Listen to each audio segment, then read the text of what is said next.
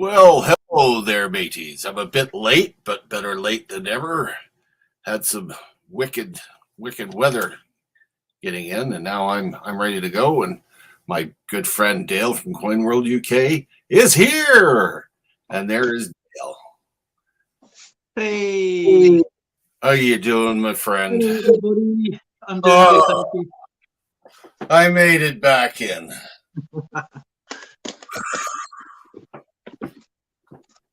It's good to see you back, Skipper. It's good to see everybody. Welcome, wagon. Yeah, welcome, wagon. All right. My goodness. Has anybody seen Mr. Marmello? Because he's got this. It's really bugging you, isn't it? It's like, no.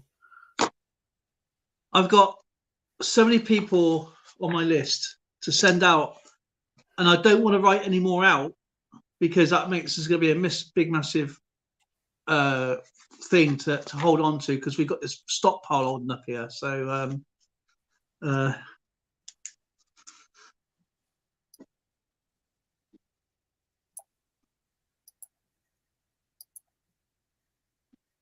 That's got to be frustrating.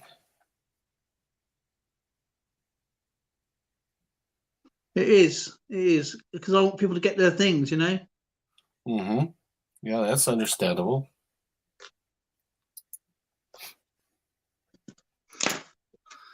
So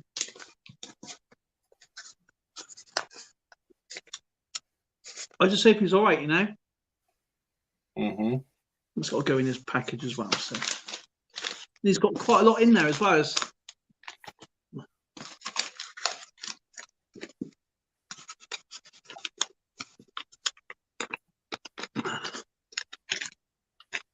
And I've got to send Decima's out, you know, treasure woman. I've got to do hers because it's been piled up. I forgot to send hers out, and should have had that like last month.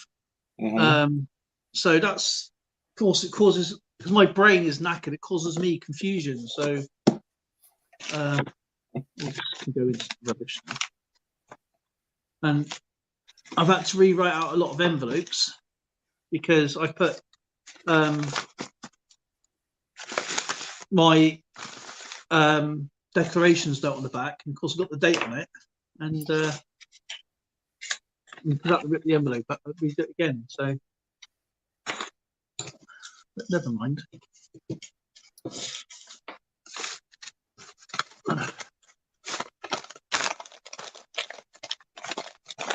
Right, can go in there as well. So I'm just trying to tidy up my desk because oh, what else I've done today? I don't need to do actually. Oh, I can do that next time. I can do that later. Right. Okay. Just box up everything and send it to me. Oh, just box up everything and send it to me. I would love to. I would love to send anything out the country right now, but I can't. It's all, they've stopped international posters here in England at the moment. That's unbelievable. It really is. So that's been since January. My goodness.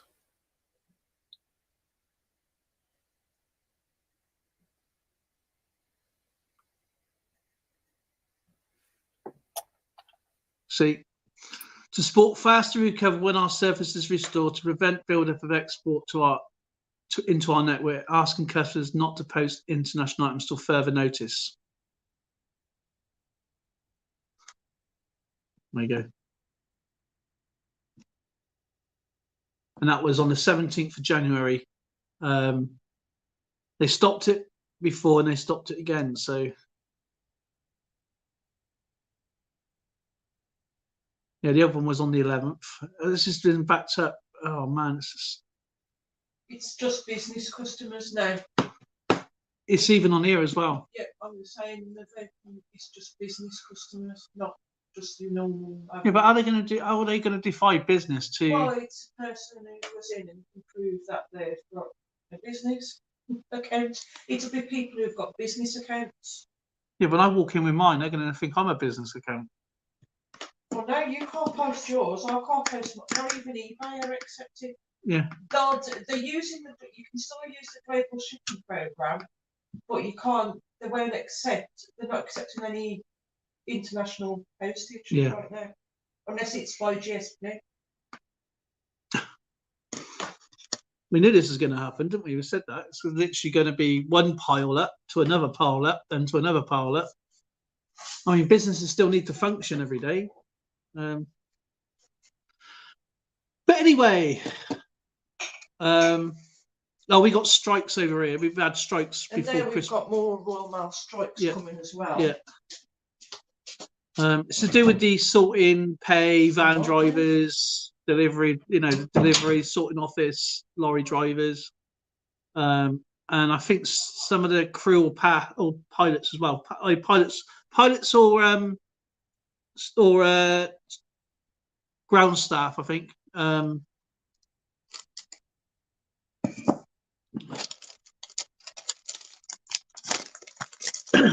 That's what I had today. Got another set. Well, it's a different set actually, but it's a similar one. Zoe gave me this. Zoe's been waiting for this to give me for a long time, and it's just coming in today. And it's another. Oh, it's just fell out. There we go.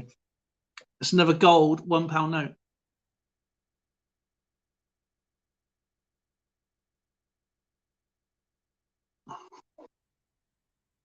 It's actually better looked after this time. The other ones were just the banknote, and you had to slide the banknote in.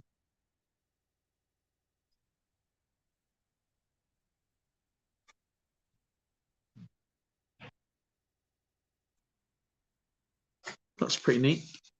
So thank you, Zozo.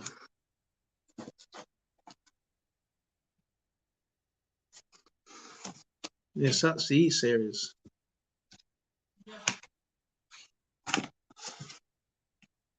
So I'm definitely getting that set. That's another set I've got. EAC, I saw. So I thought my earbuds went. They spent $10 on a new pair. It still didn't work. Apparently the jack is bad, so I'll join you when I can. When I get home. Okie dokie. Skip, are you there? Yeah, I'm here. Okay. I thought you fell asleep or something. No, I didn't fall asleep. And just on a bit of note for anybody who wants to get in the YouTube part of the program, and you want to do it through the shorts way, you want to do loads of shorts, you need to get is it 10 million shorts in 90 days, I think it is, and you could become the YouTube part of the program, or you can just do it the traditional way, 4,000 hours, 1,000 subscribers. Just 10 million. Just 10 million. It's doable. It's doable. What else is it? And everyone who is in YouTube part of the program gets paid for shorts, so that's pretty cool. Well, you're talking only pence. I get pence anyway. I wear my pence. Has anybody seen these? The colorized coins. You haven't seen our colorized coins, have you? I see colorized coins all the time. But not that. That's Benjamin Bunny. It's Peter Rabbit. Or Peter Rabbit. Oh, they're still, hey, same family. Come on. Yeah.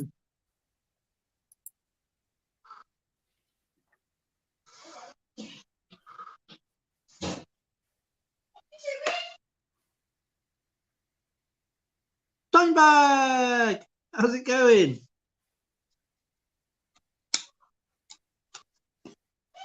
So what I'm going to try and do is get 7M together. I haven't got all of them yet. I've neglected my post colorized coins and my other, because obviously someone introduced me to Canadian coins. Who did And- that? Oh, some young man, you know, who, A really handsome looking guy, right? yeah, definitely. Yeah, he's a strapping young lad, and very strapping young lad indeed, and a few of his friends as well. Here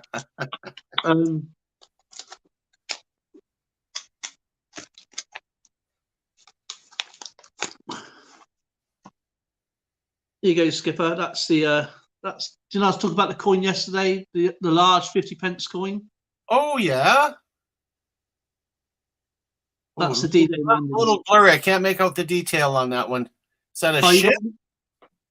that is the landing craft. Oh, it's D-Day. Yeah, and that is the 50p with the gliders. So it's the D-Day. Oh. And I'll just compare it with one of our 50p's. Now, so that's what I used to have when I was a kid. Okay, so obviously it wasn't it's the same size, and you imagine having one like 15 of these in your pocket, you know, and then that's the coins today. Wow. Yeah, quite a difference, eh?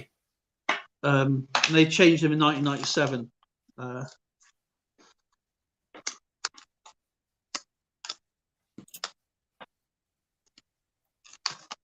It's the very first one. Now it's quite weird because, of course, our 50p.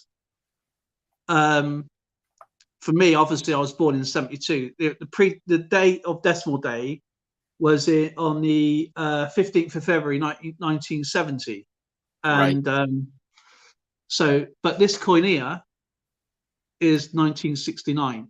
And that's along with the 10p. And the 5p. They had these out early to get people used to not having the shilling banknotes, the 10 shillings. Mm-hmm. And so you can imagine, you know, as a kid, when if you've had a 50p, a 10p, and the 5p in your pocket, you knew you had change. You know, you couldn't.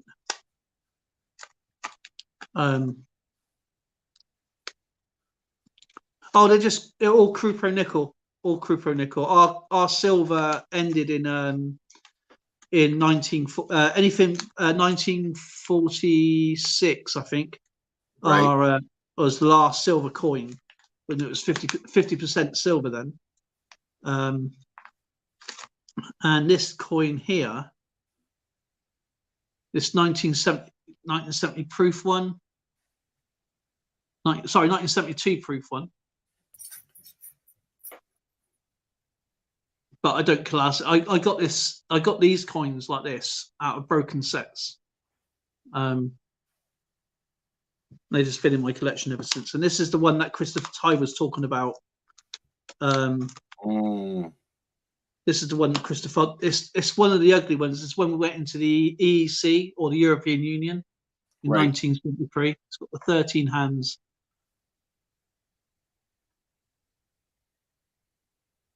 Yeah, it's actually quite a.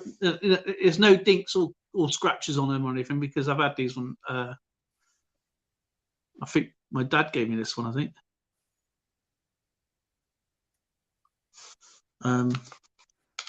Or one of my dad's ones anyway. Kidalize says, what metals are the newer coins made of? Yeah, Cupro nickel. The same. And I haven't got this coin. There's only one coin I don't have is this one because they're so bloody expensive, and that's the EC presidency coin.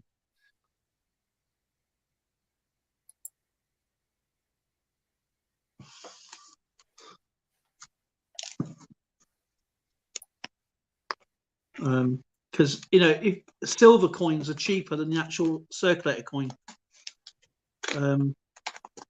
Well, I got everything else. Like, you name it, I've got it. Mm-hmm. I don't have most up to date ones yet, though. But I just run out of space. I just need to get some more.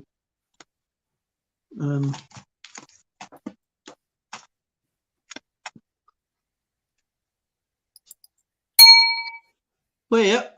About ding ding, round one.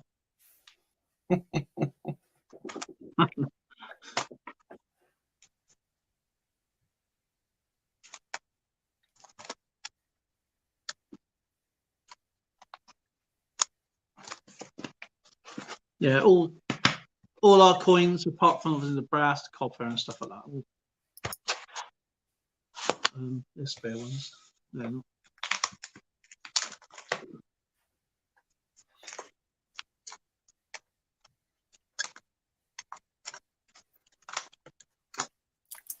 The 1990 are ones changed over in date. Is that one gone then?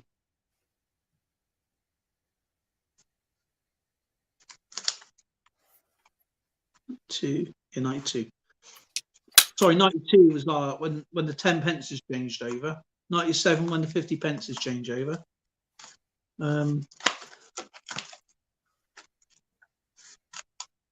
T P E. Okay.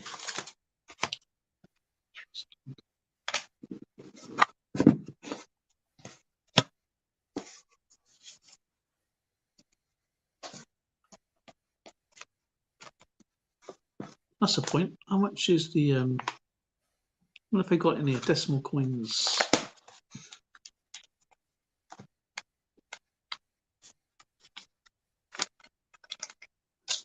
£5.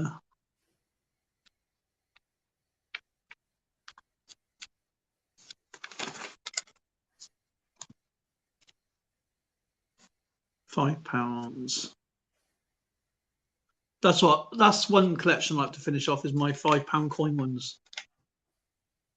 Can understand that. It's George, not George. Mondi sets. Here we go. There's some right at your street, Skipper. Right, Mondi sets. Oh, I would so love to have at least one set of Mondi coins. Okay, Charles II. Mondi set, the cheapest one for fine, 1680, and that would be around about £175, according to this price guide. James II, they're all the same, £200, £400. So the James II, all the same price across everything. William and Mary, the cheapest one is 1694 at £360. William III, the cheapest one within £10 is 1701. The 1689 and the 1700 are 210, and then the 1701 is 200. So, but then obviously the more grades, it sort of differences in the grades. Anne, Queen Anne, 1706 is the cheapest by £10, and the three earliest dates 1703, 1705, and 1706. They're 200, then it's 190. The rest are a lot more expensive. George I is the cheapest one, or more or less around about the same price, between 160 and £200 from all dates. So 1723 to 1760. Okay, George III proof. Have a guess how much George III proof is? That's 1763. A proof coin. I wouldn't even know where to start. No, proof Mondi set. The proof Mondi set? Yeah. It's got to be worth a lot of money. I've just been giving you the prices on the others from Charles II. You're looking at 16 grand. Wow. And then for very fine, you're looking at a reasonable for The rest of them, they range from 190 to 230, or some yeah, 230, 260. From all dates, you're looking from 1763 to 1820. There wasn't any from 1801 to 1816. There was none made.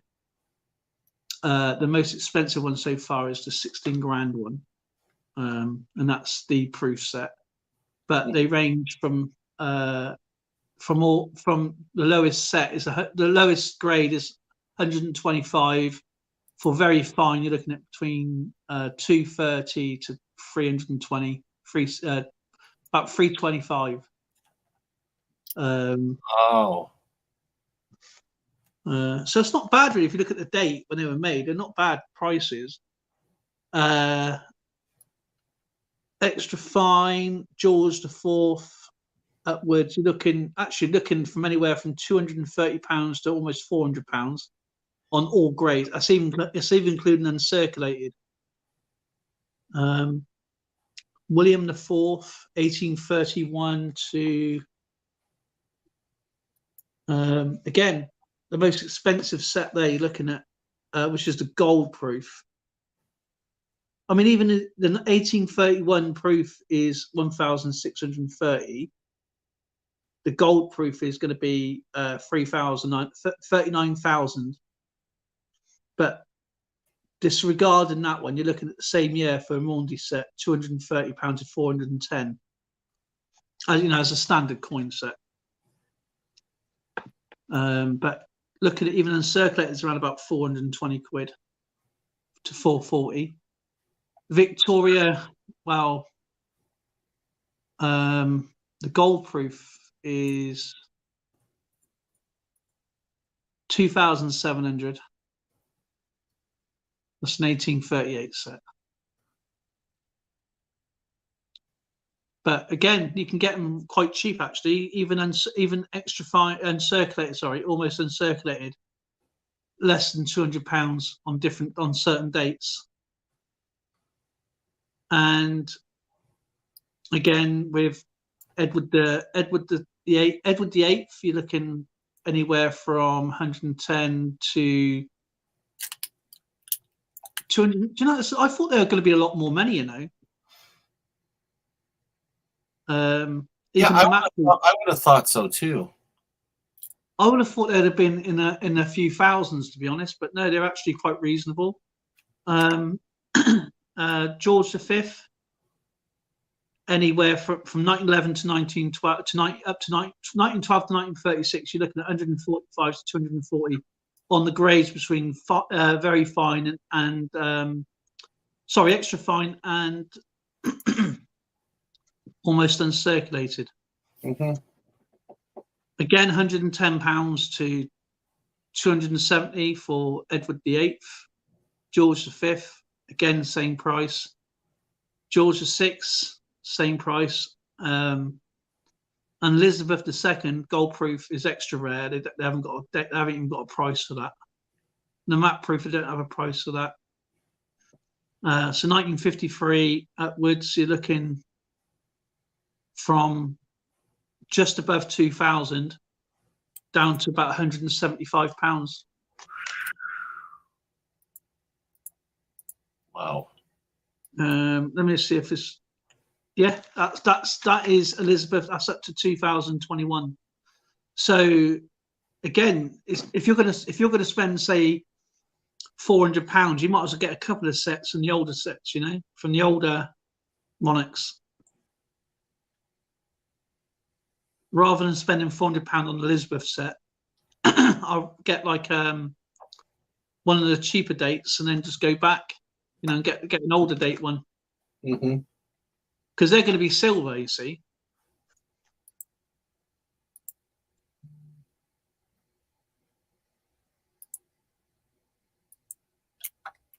Hmm.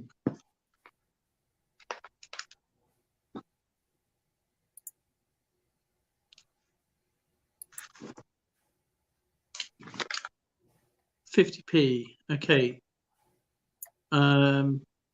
The EEC 1973 EEC original issued Royal Mint set is £330. They got this here.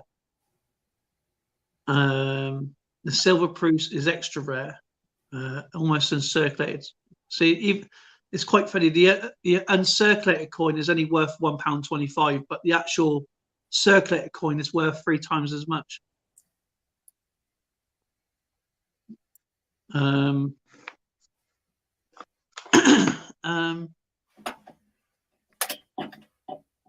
Was that 1992?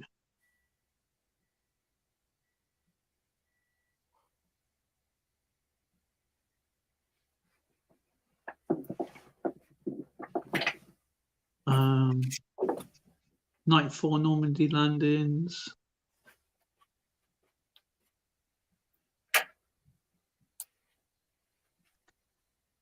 £20, 2008 20p. So they got it in here. 2008. 2008.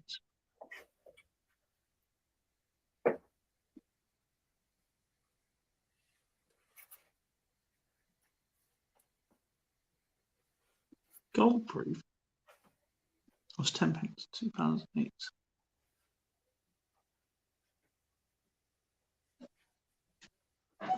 Reverse. Gold proof. Wow. Have a guess how much a 2008 gold 20p is worth. A gold 20p is worth 820 quid. And yet you can get a movie set for like £1,000. Don't make sense, does it? No.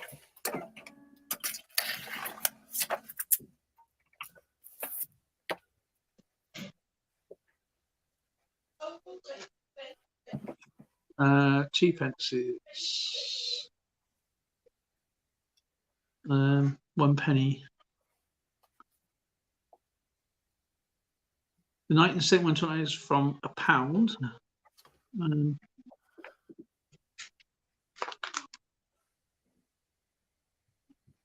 What? Proof and specimen sets.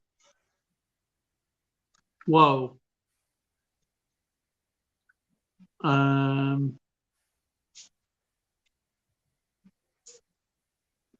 George IV, 1826 new issue, £5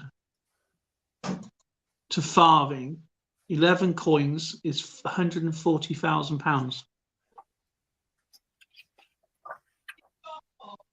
A Victoria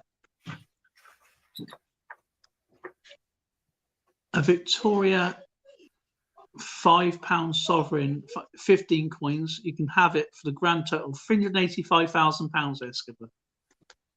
Holy mackerel. Wow. Ouchie.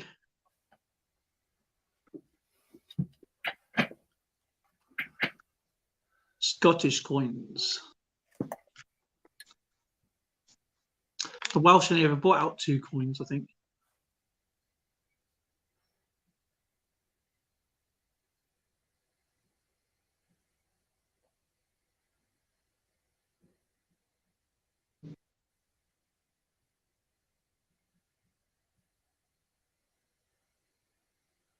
You haven't sent to it there, Skip, are you? I'm just listening in, but I do have something I can do. Okay. Because we started so late, of course, it's a little tough getting into our trivia as much as I wanted to. But I wouldn't mind at least going halfway and doing a little bit about. We did the U.S. the other day. Okay. And I want to talk about Canada. You can talk about Canada, my brother. Of course you can. We all love Canada. Yay! Canada it is. Hey, guys.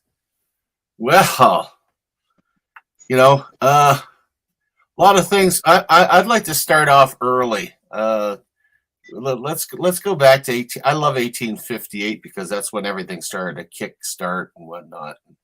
Of course, a lot of the early coinage, like the first Canadian large cent, came out in 1858. There's a lot of changes in the with the decimal system kicking in, and this baby, this wonderful 20-cent piece, was one of those unique things. It was an unusual denomination. It was chosen as a bridge between the two currency systems. Excuse me. Apparently, it deferred to the pounds, shillings, pence basis of the Halifax currency system, while naming the new issue in the dollar cents mill system. The relationship between the two systems meant 20 cents was equivalent to a shilling in Halifax currency. Wonder how many people knew that. It was assumed that consequently the new coin would be found fairly useful. And this assumption proved unfounded because there had been no coin representing a shilling in the old system. The British shilling coin was worth just over 20% more than a shilling in Halifax currency. Love the way Halifax got in there first. Furthermore, the size and weight of the 20-cent piece led to confusion with it, with both British shillings and U.S. 25-cent pieces. As one would expect, the government had difficulty introducing the 20-cent piece, and by 1860 was decided to replace it with the 25-cent coin as the opportunity arose. The replacement of the 20-cent piece with a 25-cent coin came after Confederation. And nothing. I'm dipping my lolly in the coffee. Is that coming up? No, that's actually unusual. It is quite unusual.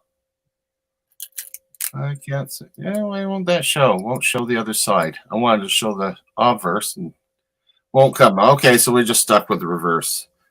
The Dominion government actively withdrew the 20-cent pieces, and at various times from 1885 onward sent them back to the Royal Mint in London for melting and recoining as 25-cent pieces.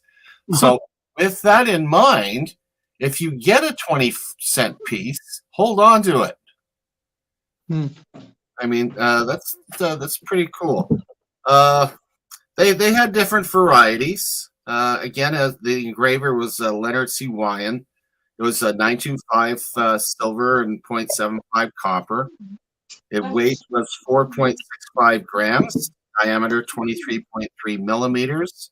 The edge was reeded, and the die-axis was up and down. So it's quite an interesting coin to look at. The one thing you should know that there's only roughly 730,000, just a little over that were actually minted for 1858. And that included all the different varieties. And there was a number one. And that's something for you to take a look at. Yeah. Get a chance. Check it out. There's a lot of books. Charlton is a good reference. You'll probably find them online too. Well, just one thing there, though, Skip. Yeah. You said that you said how many was there? 700 and how many made? That's the total included mintage was 730,392. So you got to now realise that a lot of them went back to be destroyed. So that's going to be a quarter of that left, if that. Exactly. So Leonard Charles Wyan, that was. With that in mind, let's think about what things went on in 1858 when this was going on. I challenged the chat to look up information. You can use whatever you want. And I have one thing that's set aside that if you pick it correctly, I will put a coin up for it. 1885. 1858. So 1858. 1858. What went on in 1858?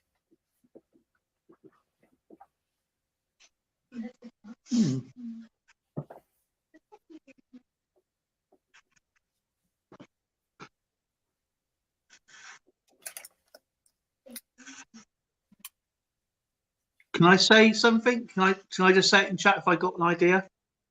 I'm going to read lots of it. I'm just going to read just a couple of highlights. You can, of course. Okay. 150 years ago, the British Columbia was transformed. The province of Columbia was transformed. The year was 1858. The creation of the new colony was sparked up by the gold rush that dramatically increased the local population.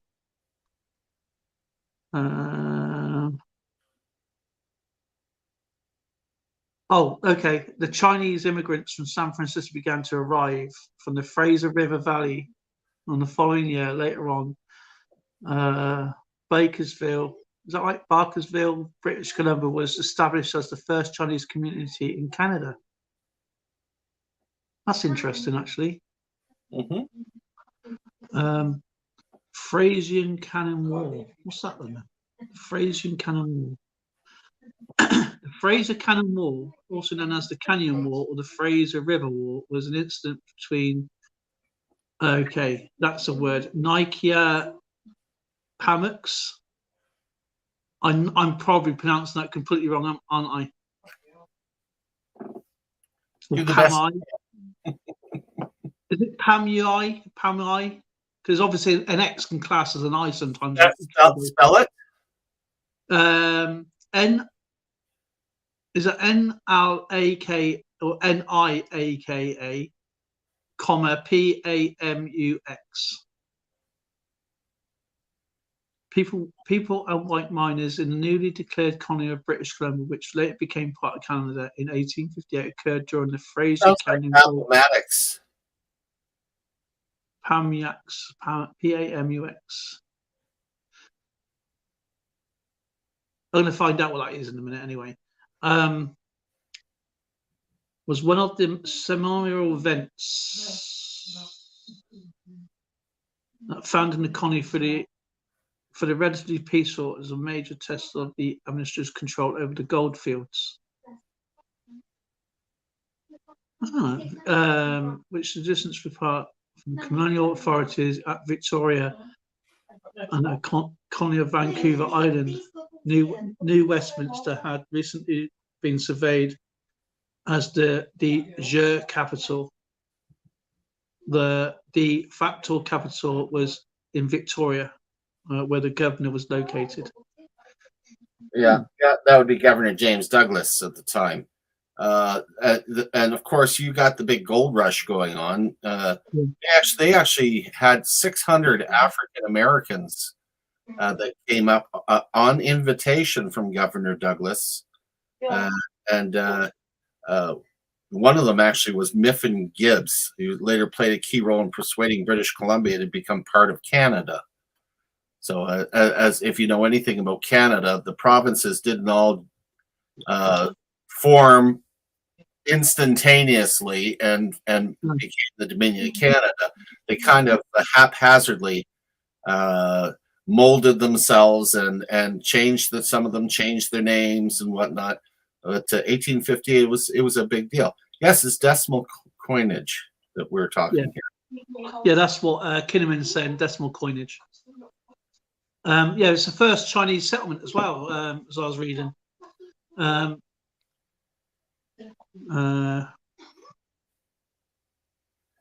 lot of people in the Toronto area would be shocked that it was in 1858 they had that big storm that actually created islands, detach a huge part of land from the mainland at the Eastern Gap. So that's how you ended up with those bloody islands there. But at one time, they were part of the mainland. That all happened in 1858. Okay, I'm reading a plaque here. The Black Pioneers of British Columbia, Les Pioneers de la Columbia Britannique. In 1858, nearly 803 blacks left the oppressive racial conditions of San Francisco in a new life on Vancouver Island. Governor James Douglas invited them as a promised settlers. So that's good. If you're reading the same thing we are, then you're just reinforcing the information. You won't forget it as quick. Okay, we're reading the same thing. It's just interesting, though, isn't it? The plaque was commissioned by Historic Settlement Monuments Board of Canada and was unveiled on the 20th of February 2000 at the Shady Creek. The Shady Creek. They promised the black. This is a bit shady, isn't it? Shady Creek United Church, now Central Scenic United Church at 7180 East Saanich Road, Victoria, British Columbia. Several platforms were instrumental in erecting the original church and were active members. The plaque states, let's read that bit. That's actually really, really interesting. And it's important to note that this coin is unique. I didn't know that. It was, of course, minted for the province of Canada, and it was the first decimal coinage into circulation that was actually minted in England. And I bet you our friend Dale can tell you exactly what mint that was minted at. Probably Heaton Mint. It was the Heaton Mint. That's right. In Birmingham, England.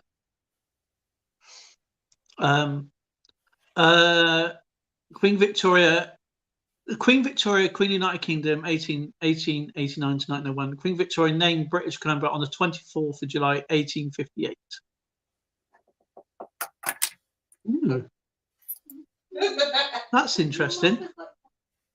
You're naughty, you are. In 1858, Queen Victoria was approached by Sir Edward Bulwer Lytton, Secretary of State of the Colonies, about the name of the new colony.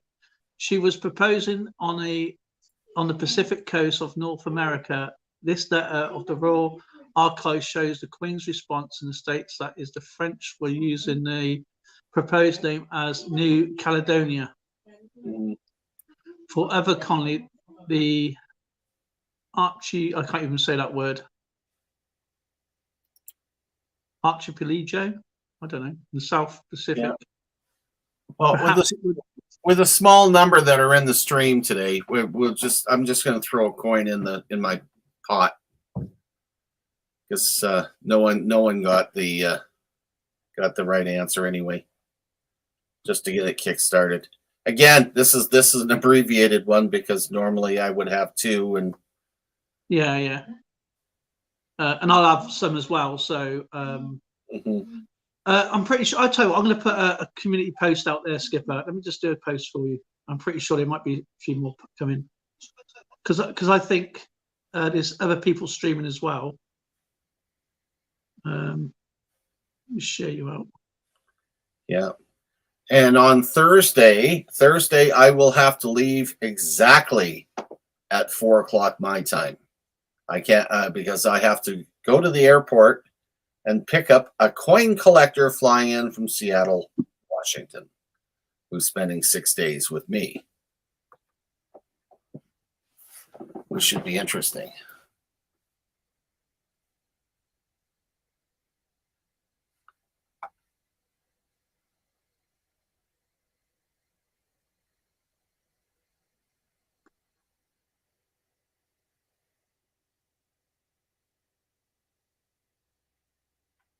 I don't think EAC is in today.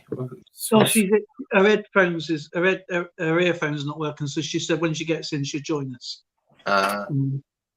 And there was a couple of people in at the beginning. There was me, Joyce, and Kinley. And Dimebag's here. I think he's busy at the moment, so.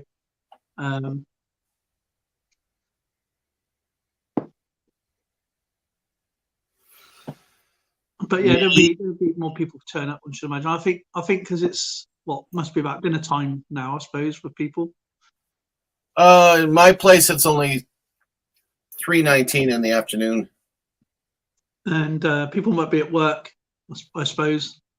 Yeah, a lot did go on in 1858. Quite a bit. Well, I'm still going to try and find it though, just for.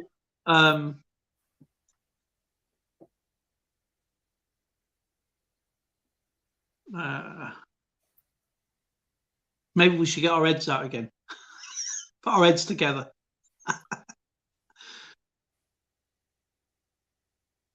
Oh, I got a list of births and deaths, but I prefer to just have events that happened in Canada here during 1858. It sounds to me a lot. Everything seemed to be preparing for the gold rush and for the Western expansion and becoming a new nation. I mean, actually, the Canadian government actually imposed revenue tariffs on the U.S. manufactured goods to pay for railroad debts. That happened in 1858.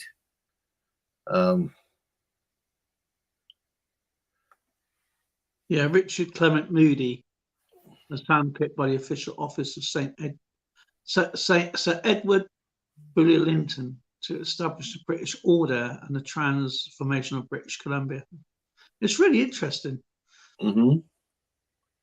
The Truro Halifax rail line began service in 1858. Truro to Halifax.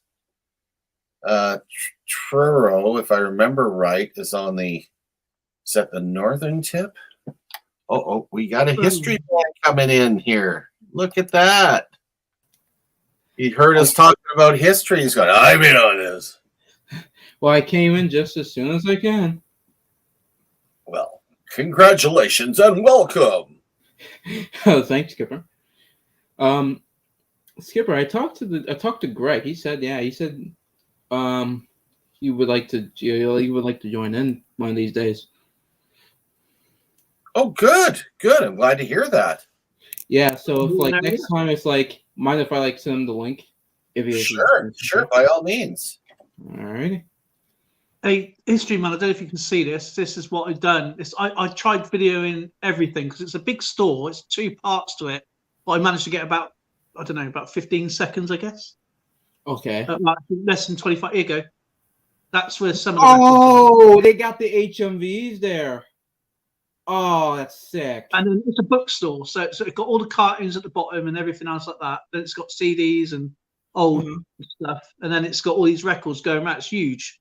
I can't get it all in because the little girl comes up. She says, "Please don't film." And it's interesting that a bookstore sells 78s. Yeah, there's barely more see that. Yeah, I couldn't get all the shelving because there's more to it. Right. I tried going upwards. There's about 4 more layers up. So I tried doing a sneaky for. I said I'll try and do a video for you. So right. That's nice though. I didn't pick any up because I didn't know how fragile they were. They're very fragile. You have to be careful when you. I think they've got wax ones there as well, if I remember rightly. They have cylinders there. Yeah, I think so. I've seen a couple of cylinders there. That's interesting. I've never seen a bookstore sell that. Yeah, it's interesting. It's like where I was there. I thought, all right, I'm going to try and get the store in for you. Because I said I promised to do a video for you, and I thought I'll go around there because obviously it's got a load of cartoon stuff, and it's obviously got all the novels, and then it's got all the encyclopedia science and stuff and everything else from the back. And then it's got toys, and where I get the scout stuff from is in the corner, and it's normally there, like the annuals and stuff like that, and really old books. You're going back really early. Some people bring them in. That's how I managed to get my coins the other day from that same charity shop. Right. But yeah, we just call it a bookstore because next door is a really old Italian place, and they do traditional coffees. And it costs £1.25 for a coffee. Okay. As you go to Starbucks, you're looking at £5. Right. For a lukewarm crap. You know what I mean? I can agree. Rhonda! Here's Rhonda. I haven't seen Rhonda for a long time. How are you doing? Yeah, I haven't heard from her in a while too. Yeah. Yeah. Hi, Maniac, Dale, and History Man. Big hugs and loves and everyone. Absolutely. I Hi, hope you're Rhonda. doing happy 2023, Rhonda. We're talking about 1858. Check the Queen's chin on that one. Yeah, she was. Nice and smooth, right? Yeah, she was a bit. This is called not aging well. Here's only a few years later. When she was younger, she was a really lovely looking girl. When she was younger, in her early, like, I don't know, it was going up to like 18 upwards. Started to look a little bit rough there. Yeah. When Albert, when Alfred died, Prince Albert died. Yeah. She just got herself, like, she mourned until she died. Right, yeah. Because she wore like she wore all black for the rest of her life. She wore black for the rest of her life. Yeah. And did you know she actually introduced the white wedding dress? The white wedding dress? So traditionally, if you ever get married and you have a white wedding dress, that's all down to Queen Victoria. Wow, I learned And Christmas trees. Don't forget Christmas trees. On Christmas trees, and so Albert. Prince Albert house and decorated it with candles and stuff. So that's what that as well. So yeah, and the postage stamp, the penny black. Where's Kyle? Kyle's not. Remind you, he might be working actually. Had a what's the value? Oh wow. Well, I'm glad you're doing good there, Rhonda. I really am. There's nothing like a good success story. And man, must have been hard to go through that. Yeah, that sounds tough. Wow. Well, it's good to see you anyway. I haven't seen you for ages. Yeah, I guess that's why we haven't. I mean, she's normally everywhere. She's like, you go on one stream, she's there. Go another stream, she's there. Go another stream. Yeah, right. It's like Neil. Neil's everywhere. I've been catching up on Jason's stuff as well, actually. I was doing that today, and a post come in for Jason. And do you know what? I'm going to have a go at one of his stews. Oh, man. Actually, it's funny you mentioned that. That's why we were out. We got hungry watching the bloody video from him. And so Tracy's making dinner based on what she saw. Oh man, so good.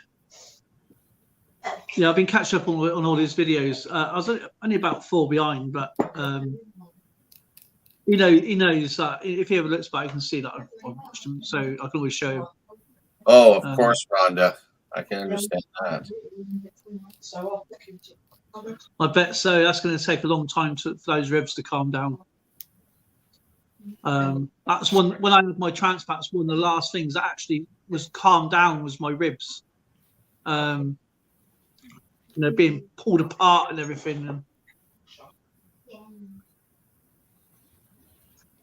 even if you bang your rib, you know about it, don't you? So imagine that. Yeah, that's scary. That's tough. My bedtime has changed. Usually in bed by 8 p.m.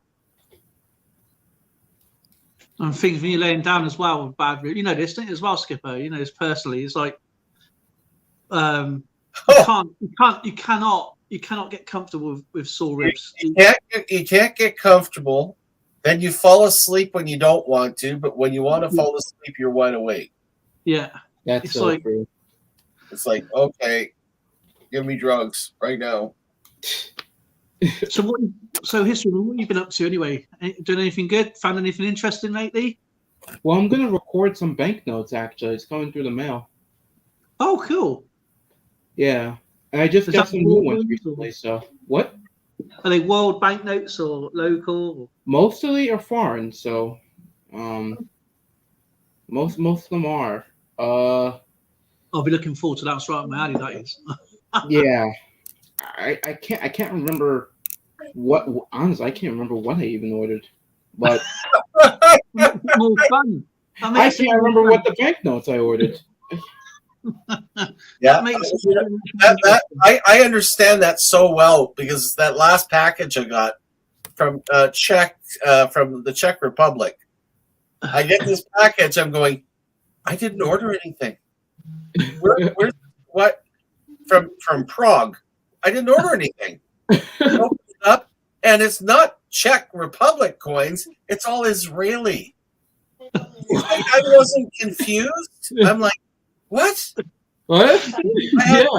And at my age, you tend to forget what you had for lunch yesterday. So I'm going, I must have been talking about Israeli coins. And then I remember that Rand So Far Away was listening, and he sent me this big package, didn't ask for anything, just sent all this stuff. Oh, It was like Christmas. Of course, I like what an amazing guy he is. I bought a 78. It came from California. I think it was. It came from California. I don't think it was a Japanese one. It's a Victor from 1917, right? It's a Nora Bayes record, and it came like, I would say, like a month. I totally forgot that I ordered the record. When they came in, I was like, what is this? I didn't order anything, and I was like, oh right, it's the record, and then I remembered it was the record. Like, I totally forgot that I just ordered that.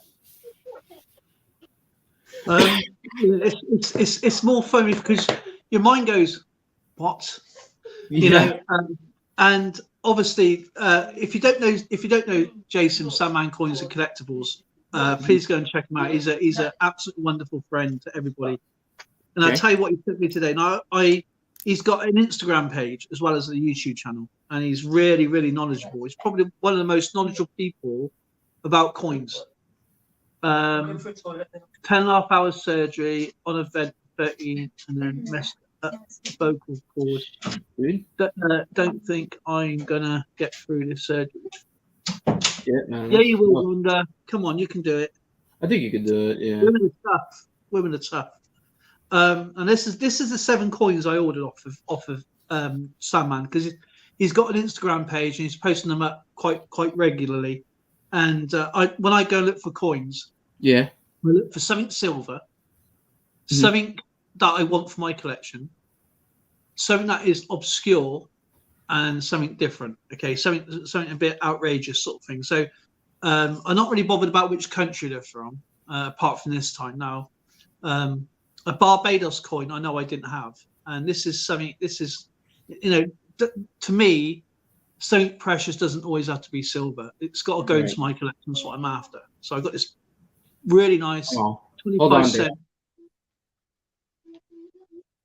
Barbados coin. And I thought it's pretty neat because it's just something that I haven't got, and I'd love the reverse on this. But I'll do a review on it. It's not very, and then something silver was from 1875. This is 1978. Okay.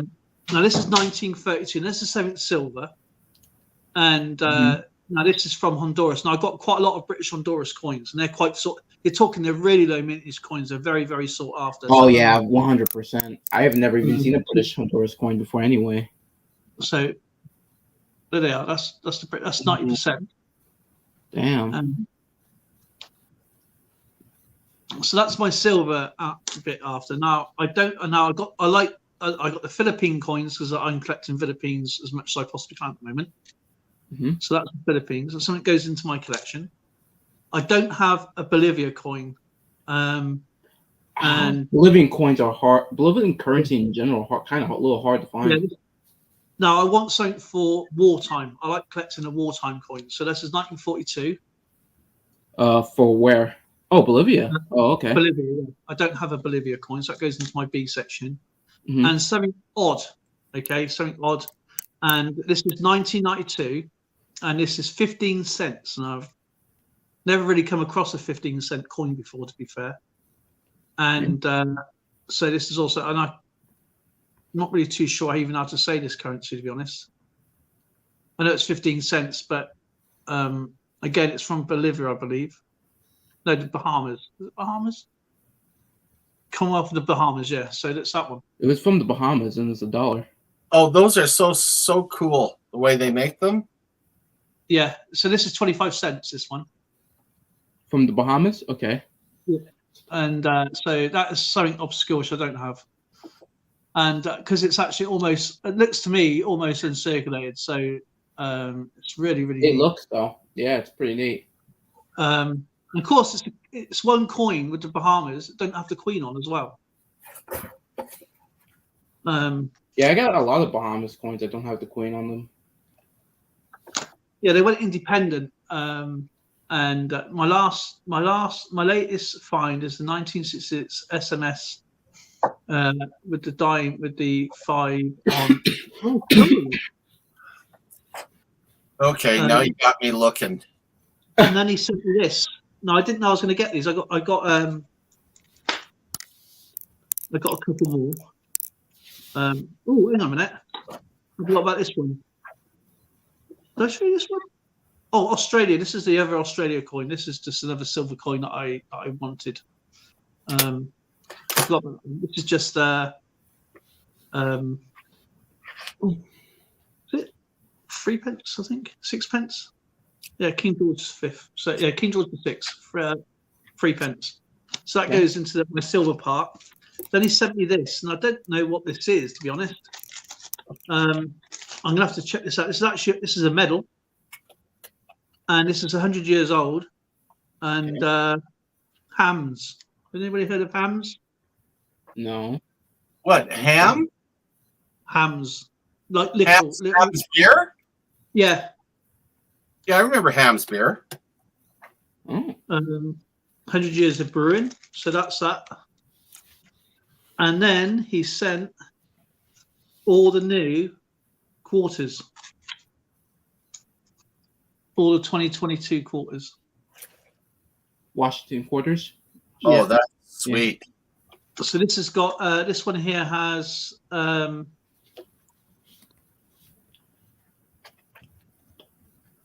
what's her name?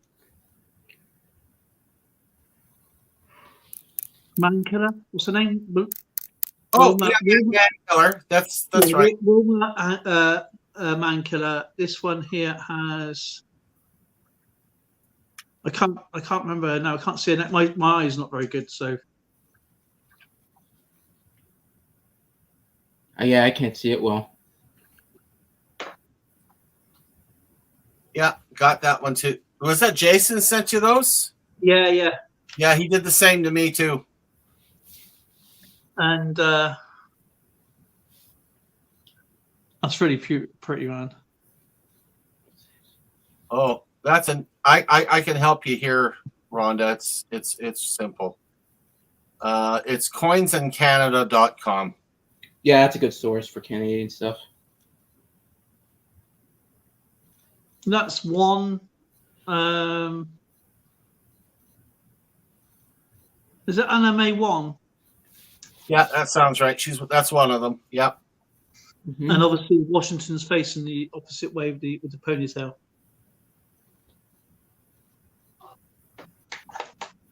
So yeah, it's pretty cool. Pretty fine coins from Jason. Oh, that's sweet. I've already done a video. I've done that earlier today. And I left the link to his Instagram. If you're interested in buying a few coins, he is in America, so you get obviously says no international shipping. So please check him out. He lists loads and loads of stuff. So yeah. Those of you that are on here that are getting into collecting the world coins, you don't have to go for extremely expensive ones. Get yourself a cheap album. I picked up this one up. It was used actually from my coin store, and print yourself out a sheet. You get them off the internet. There you go. And you get that, and as you go through, you can put them in alphabetical order, which I've done. And every time you get a new country, you just check it off. No rhyme or reason. Could be silver, could be copper, bronze, whatever they are. And that way you're collecting all the world coins in a very inexpensive way. And you don't have to do all that extra stuff. Yeah, you don't need all. This is a great way, especially someone that's just starting out. I love the way that Dale does it. He makes it clearer to see the attribution on each coin, so you know exactly what they are. Well, exactly what my my coins. I just got finishing them. I have at least 500 in a box, and I just got cataloging them. I cataloged them in the Mista. I made an account for that, so I cataloged all of them, and it took me like at least a couple of months just to look through all of them. Yeah, I got mine. That's all these here are A's. So that's my A's. I got B's. All the Yep. countries from A, all the countries from B, all the countries from C, and onwards. But when I do Canada, that's a separate collection. When I do US, that's another separate collection. If I do Germany, because there's so many, because they got like 9 mints, so that's another separate collection. And my silver collection is different as well. So even though I will have Canada, I don't do it in date order. It just Canada. And what I do when I say like this one, when I catalog it on my computer, I know I've got an Australia coin from 2001 5 cent in book 1 of this one, and it'll be in slot 1. So I know exactly where I need to be. So if anything goes missing, I know what's missing. So and here is every denomination for Queen Elizabeth II and downwards. That's all her coins. That is just pre-decimal. And so that is every coin she's ever produced. So that's the crowns, the half crowns, sorry, the 2 shillings, every single date, the 1 shilling.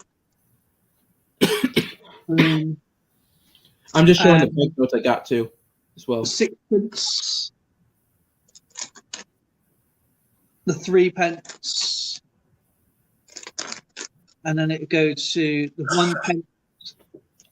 And there's only 4 in the 1 pence that was produced. And then there's the halfpenny, and then that will go to the farthing, and then it'll go to King George V. Then that'd be the next one. So these are all pre-decimal coins, and that is a huge book. Yeah. And how long have you been doing it now? Well, that book. Yeah. What collecting? Oh, Venezuela. You got a Venezuela note. No, it's an Argentinian note. Oh, is that? Oh, of course. Oh, yeah. Okay. That's. Oh, yeah. Of course it is. That's Jose. That's Jose de San Martin. Yeah.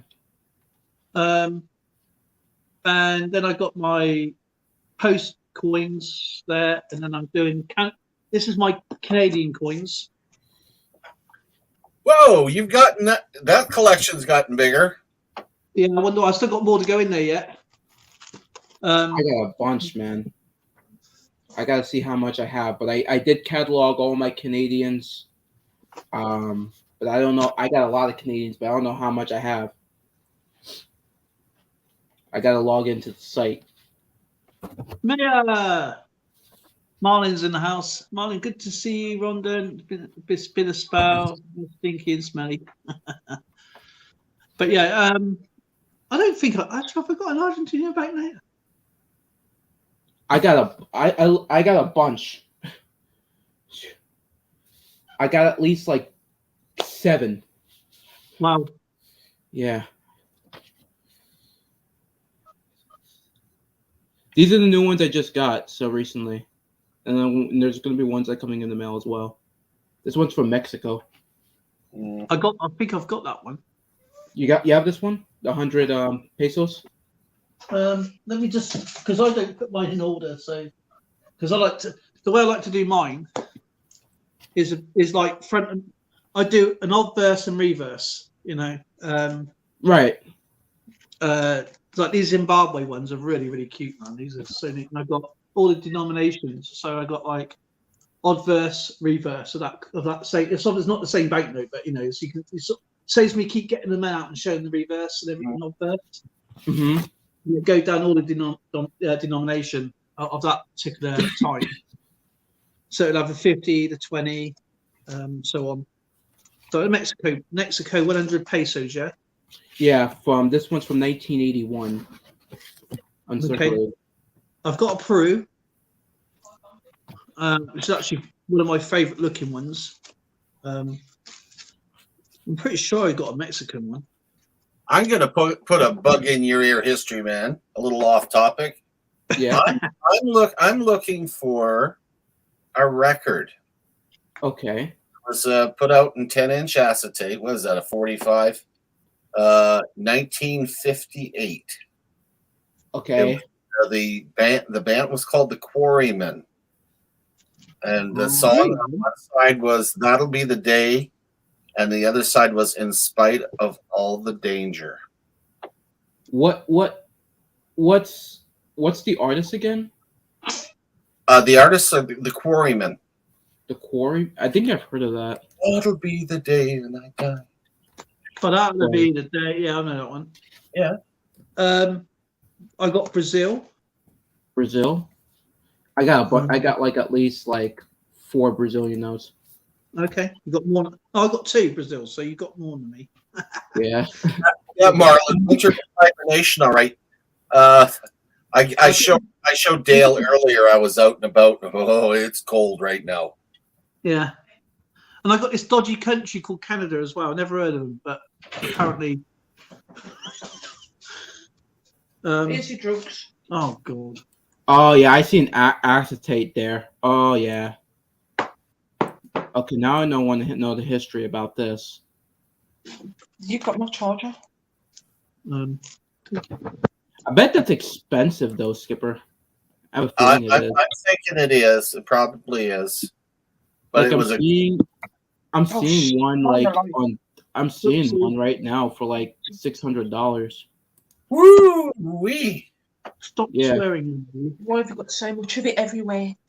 because you love me. I don't See, love them. That's the record I would like to have when I get the new record player. And Mhm. and I was thinking of starting off something like that with the collection for my wife, because she really, I'm surprised she wants to do it. I'll do it. What? Mexico. Mexico. There's another one I want. Oh, it was by Open the Door to Your Heart. Okay. That was an awesome. Oh, yeah, okay, thank you. By the same people, by the same Oh, it artist. was, Daryl Banks was the artist.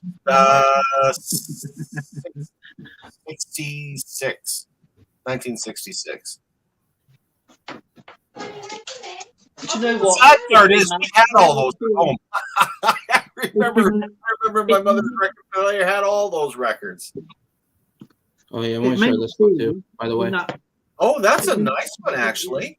this is my favorite. This is the newest one in my collection. The Indonesia is that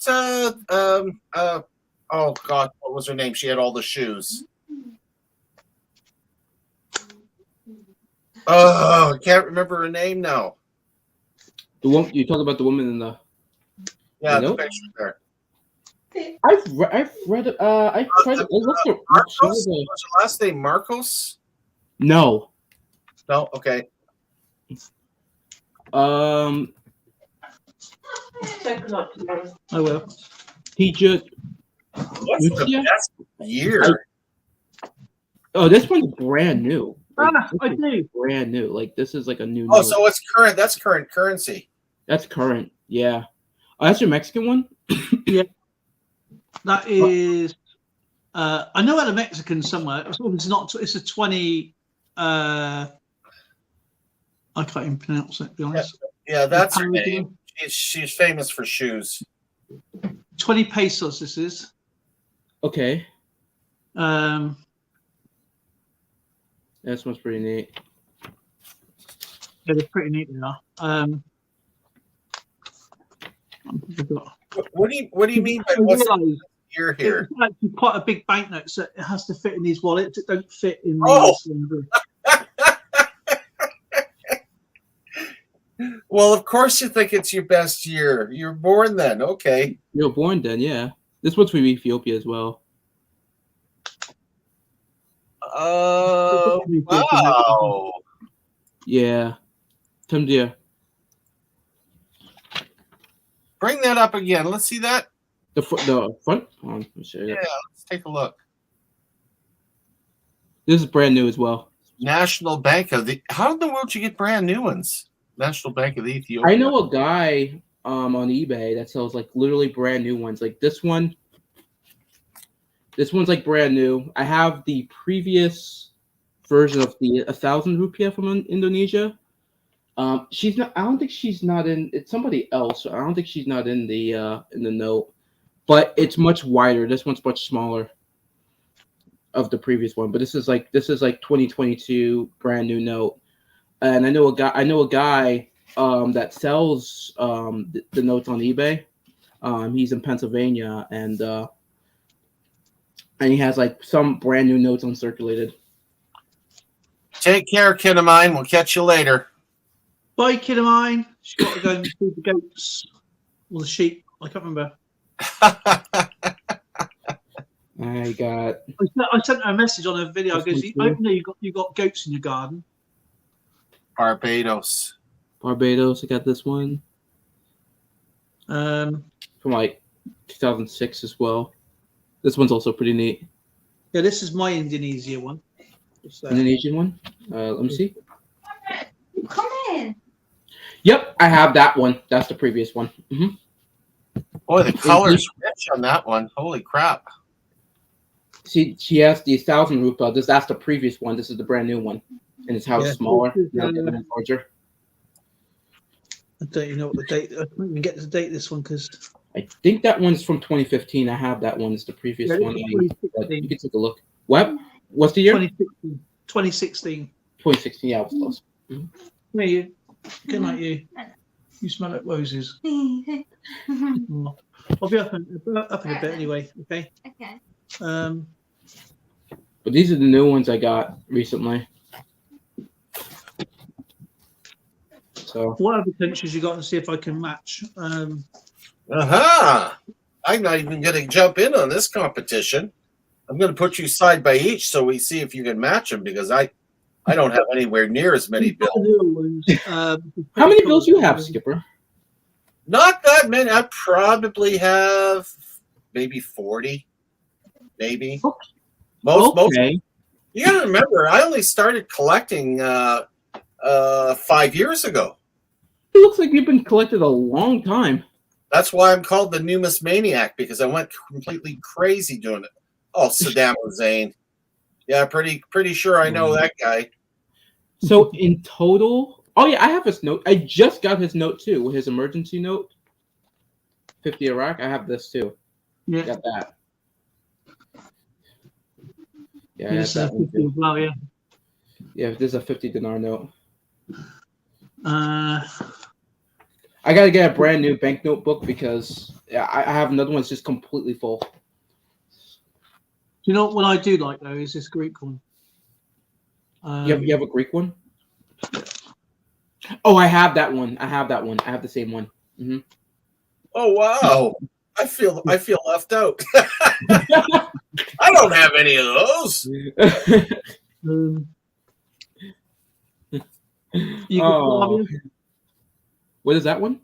Yugoslavia. I have Yugoslavia, but I don't have that one. So happy to see her prancing around in the fields with all the flowers under a communist regime. Yeah. I have all the when you showed that first one up, I realised then it wasn't obviously because I got all the Venezuela's notes. I got every single denomination. You have every single one of them? Yeah. Like every single. I still 2,000 mil, 50 mil, 10 mil, 5 mil, and then down to 2 mil. With all those mills, do they have to make those bills in a lumber mill? No, they do it in a flour mill. Oh, in a flour mill. Yeah, Filipino pesos. Oh, I don't have the newer ones. I only have like one Filipino note. I'll have to try and sort you out there, don't I? You have a bunch? Yeah, I got a few. These are from, I got them from when because Zoe went to Philippines and she brought them back. So brought back some. Yeah. Mm. And Arts and Craps is in the house, and believe it or not, our favorite beekeeper, Treasure Woman, is in the house. Our treasure room is in the house.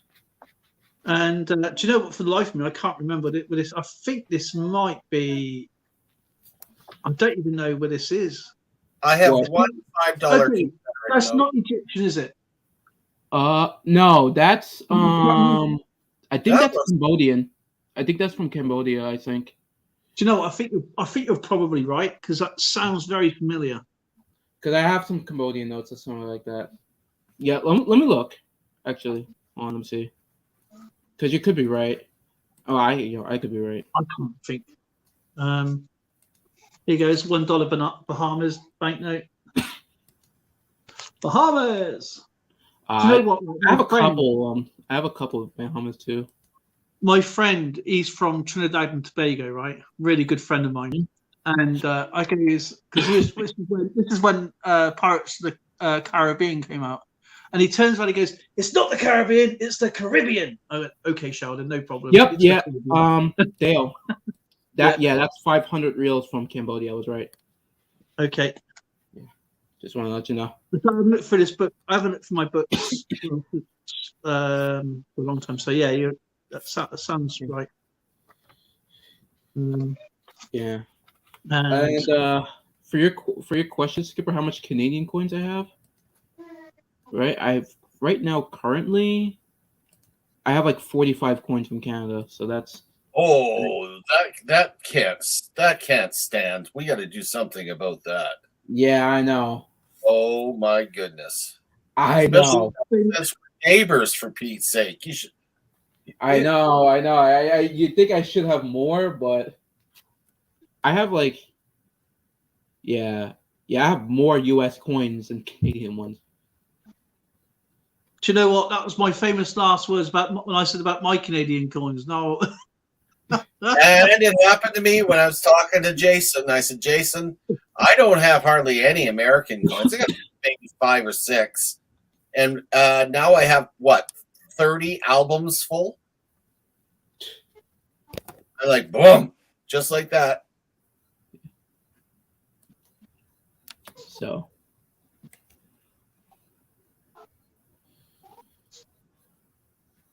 Uh-oh, he's turned into a picture again. Uh-oh. all right, I'll show my face this time. Yeah, there he is. Good looking face. Stick it in that picture there. Come on. If us ugly old farts can do it, you young guys can't. Okay. He's a strapping young lad, isn't he?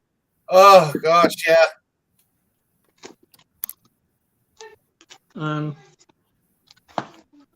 And this is my US collection anyway. This is all, Like all U.S. yeah, everything's in the US. Man, I gotta get a banknote book. Like I can show you right my now, list. all my banknotes. I mean, this is not all of it, but this is like I put them recently in a folder like this for right now. This is just my OWL collection. So I do it in the Federal Reserve. Mm-hmm. So that is all like star notes and unique serial numbers. Okay. Here you go. Like, well, Kinnaman will know more about, and Rhonda will know more about the serial numbers and terminology. I can't even get that there. So like that. So obscure numbers. Things like Yeah. 266. Something that's strange. I haven't really looked into that when it comes to American bills. So we've got a star note. Yeah, that's mine. But I But how think much this- American stuff do you got? You probably have a bunch. Me, I've got quite a bit. Yeah. Quite a bit. I not obviously not a lot as many people, but as living in England, I think it's. I wouldn't say on par with a lot of people because obviously a lot of people don't do YouTube. But you know, I'm quite proud of what I've got, I to be honest. picked these up the other day. It's sequential. Mm-hmm.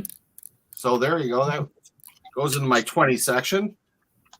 Not that they're worth anything, but if I do that every week for the next year, I'm going to Vegas.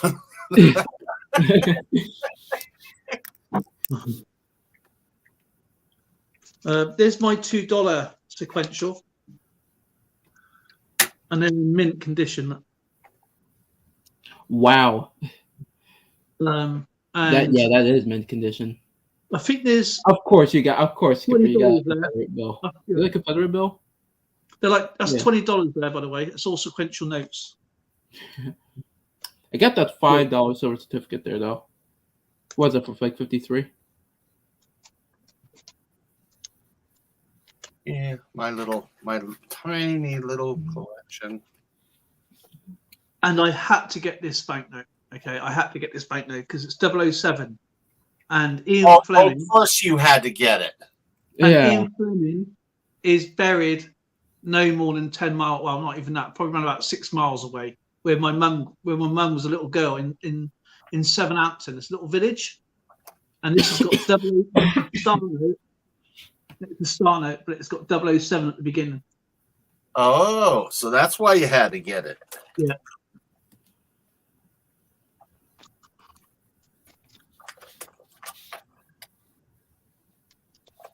$20. In actual fact, the American collection I'm most proud of is one that most Americans don't like collecting, and I was What is shocked. What is it? I fell in love with the presidential dollars. I think they're beautiful coins. I think they're nice. I think they're nice. And the thing that I thought was cool is in order to get the collection, you have to have both the Philadelphia and Denver mints. Right. So I went ahead and I invested in a decent album for them. And again, displays are a big thing. This is my presidential album. Oh, look at that! Such a beauty that is. I'll be right back. 1 second. And the beauty is when I display these, I have the Philadelphia and Denver side by each, so they're all reversed. Of course, the presidents apparently have to die before they'll do another one. So Right. the last one I got there was George H.W. Bush. That's the latest one? Yeah. Jimmy Carter's is still empty. That guy's still kicking for some reason. Yeah. And Bill Clinton and George W. Bush. Okay. So, but I'm talking to other collectors, and especially in the States, they don't like them. Yeah, I like it. Yeah, I kind of I thought they were beautiful. Do you know what I like? The Shakajuias, And I'm the American. Buchanans, all the presidential dollars, and I also like the Susan B. Anthony coins as well. I think they're really, really pretty coins. But you can't replace the dollar banknote, unfortunately. I do not want that to happen ever. Because our banknote was replaced to a pound coin, and being a kid, you felt a little bit ripped off. Big hugs and love to you all. Oh man, it's ready to take me to Walmart. Won't be long if you're still here. It was all nice. And always awesome to see you, Rhonda. Much love to you, of course, and to your family. Yeah, she's back. Only had a couple of bills, a $1 silver certificate from my grandparents and $5 silver certificate note that I got in change about 8 years ago. I have more in my box there. I got quite a lot, and then there's some here. I must get them out. Actually, I must go through it at some point. I've got so many collections going on, though. You know, so many things going on. So I can only show what I can. So I got a star note. This is from Spray Can. He kindly sent me a $20 star note. Oh, yeah. That's one silver certificate there. I think that is. What year is that? Is it 1950? 1935, that one. Mm-hmm. Skipper, guess what? Go ahead. I got an Argentinian 78 as well. Oh, man.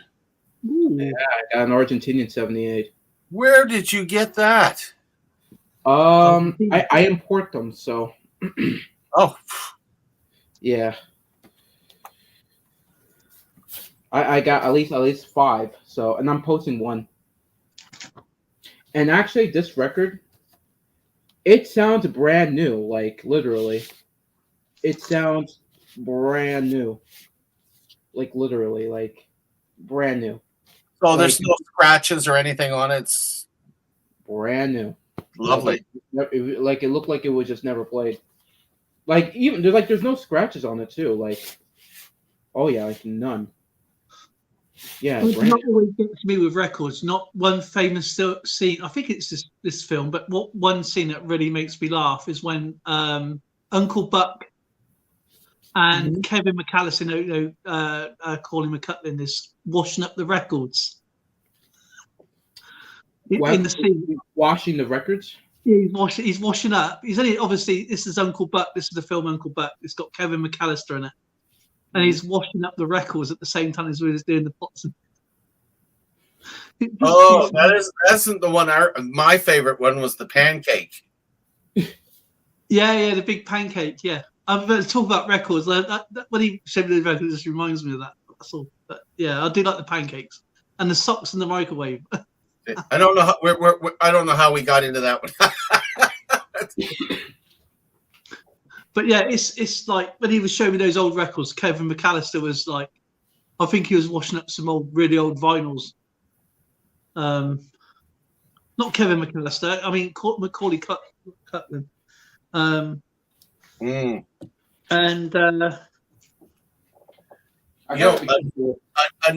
Another record that's almost impossible to get a hold of, and I remember the controversy was when the Sex Pistols did that "God Save the Queen."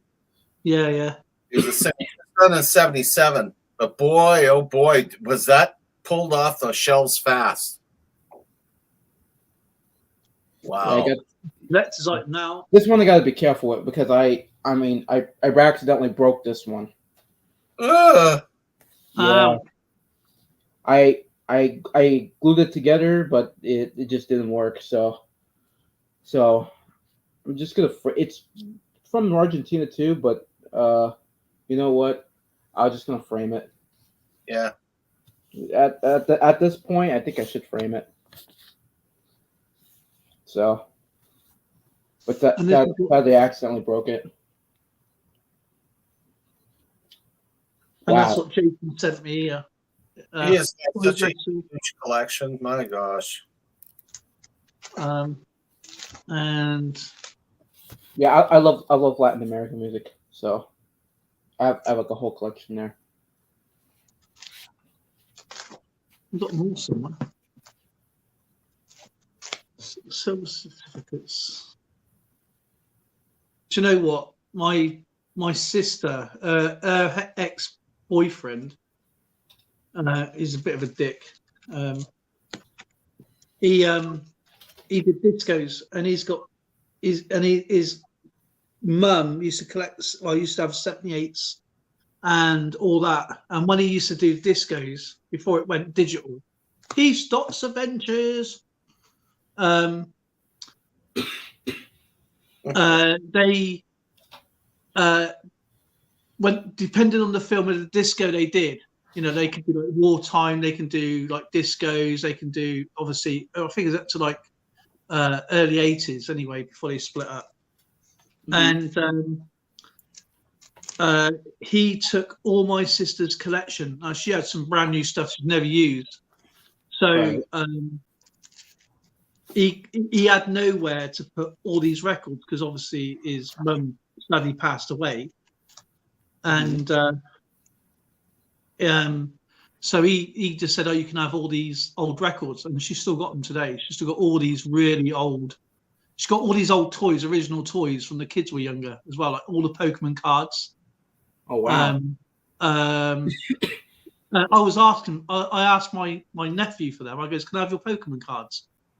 And he went, "Well, I want to go through them first because he used to play them when he was like younger. This is 90s." But I know she's got all these hundreds and hundreds of records, and they're 78s, 45s, 33s, and some are disco records, some are turntable records, are thicker than normal records because of use. Right. And he had to be ordered in. if you played a normal record, it just wear down over time, because it's being played almost every night, so it wear down really quickly. Oh, crap. But yeah, she's got loads and loads of cases of stuff. I'm pretty sure she's still got her original record players, because she had loads, and she kept in this old big red box. Used to flip up. It's red and white. Flip up, and you plug it in, and then just play it. I'm pretty sure she's got that, because she's the hoard. My sister likes to keep up with the Joneses, so to speak, but she's also a hoarder. But she's got all these original toys. She won't throw anything away. And these are the other silver certificates I got there, along with our current money. Your current money. That's what we use today. £5 note, £10 note, £20 note. Skipper, I documented this today. Which one is that one? This is a Mexican record. I just put it on. Put it on YouTube.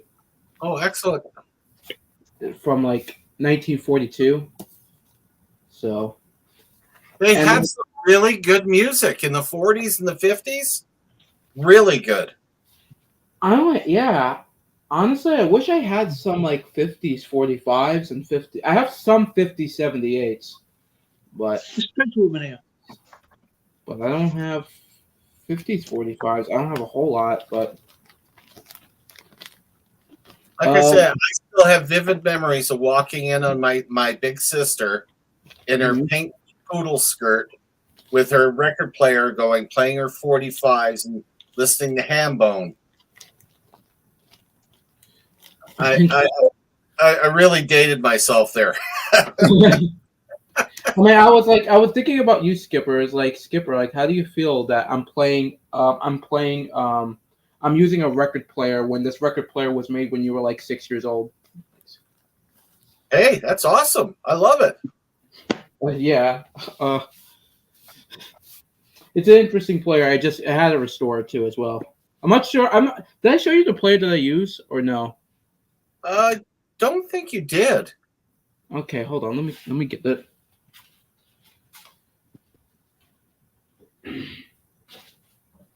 Is Treasure Woman still here?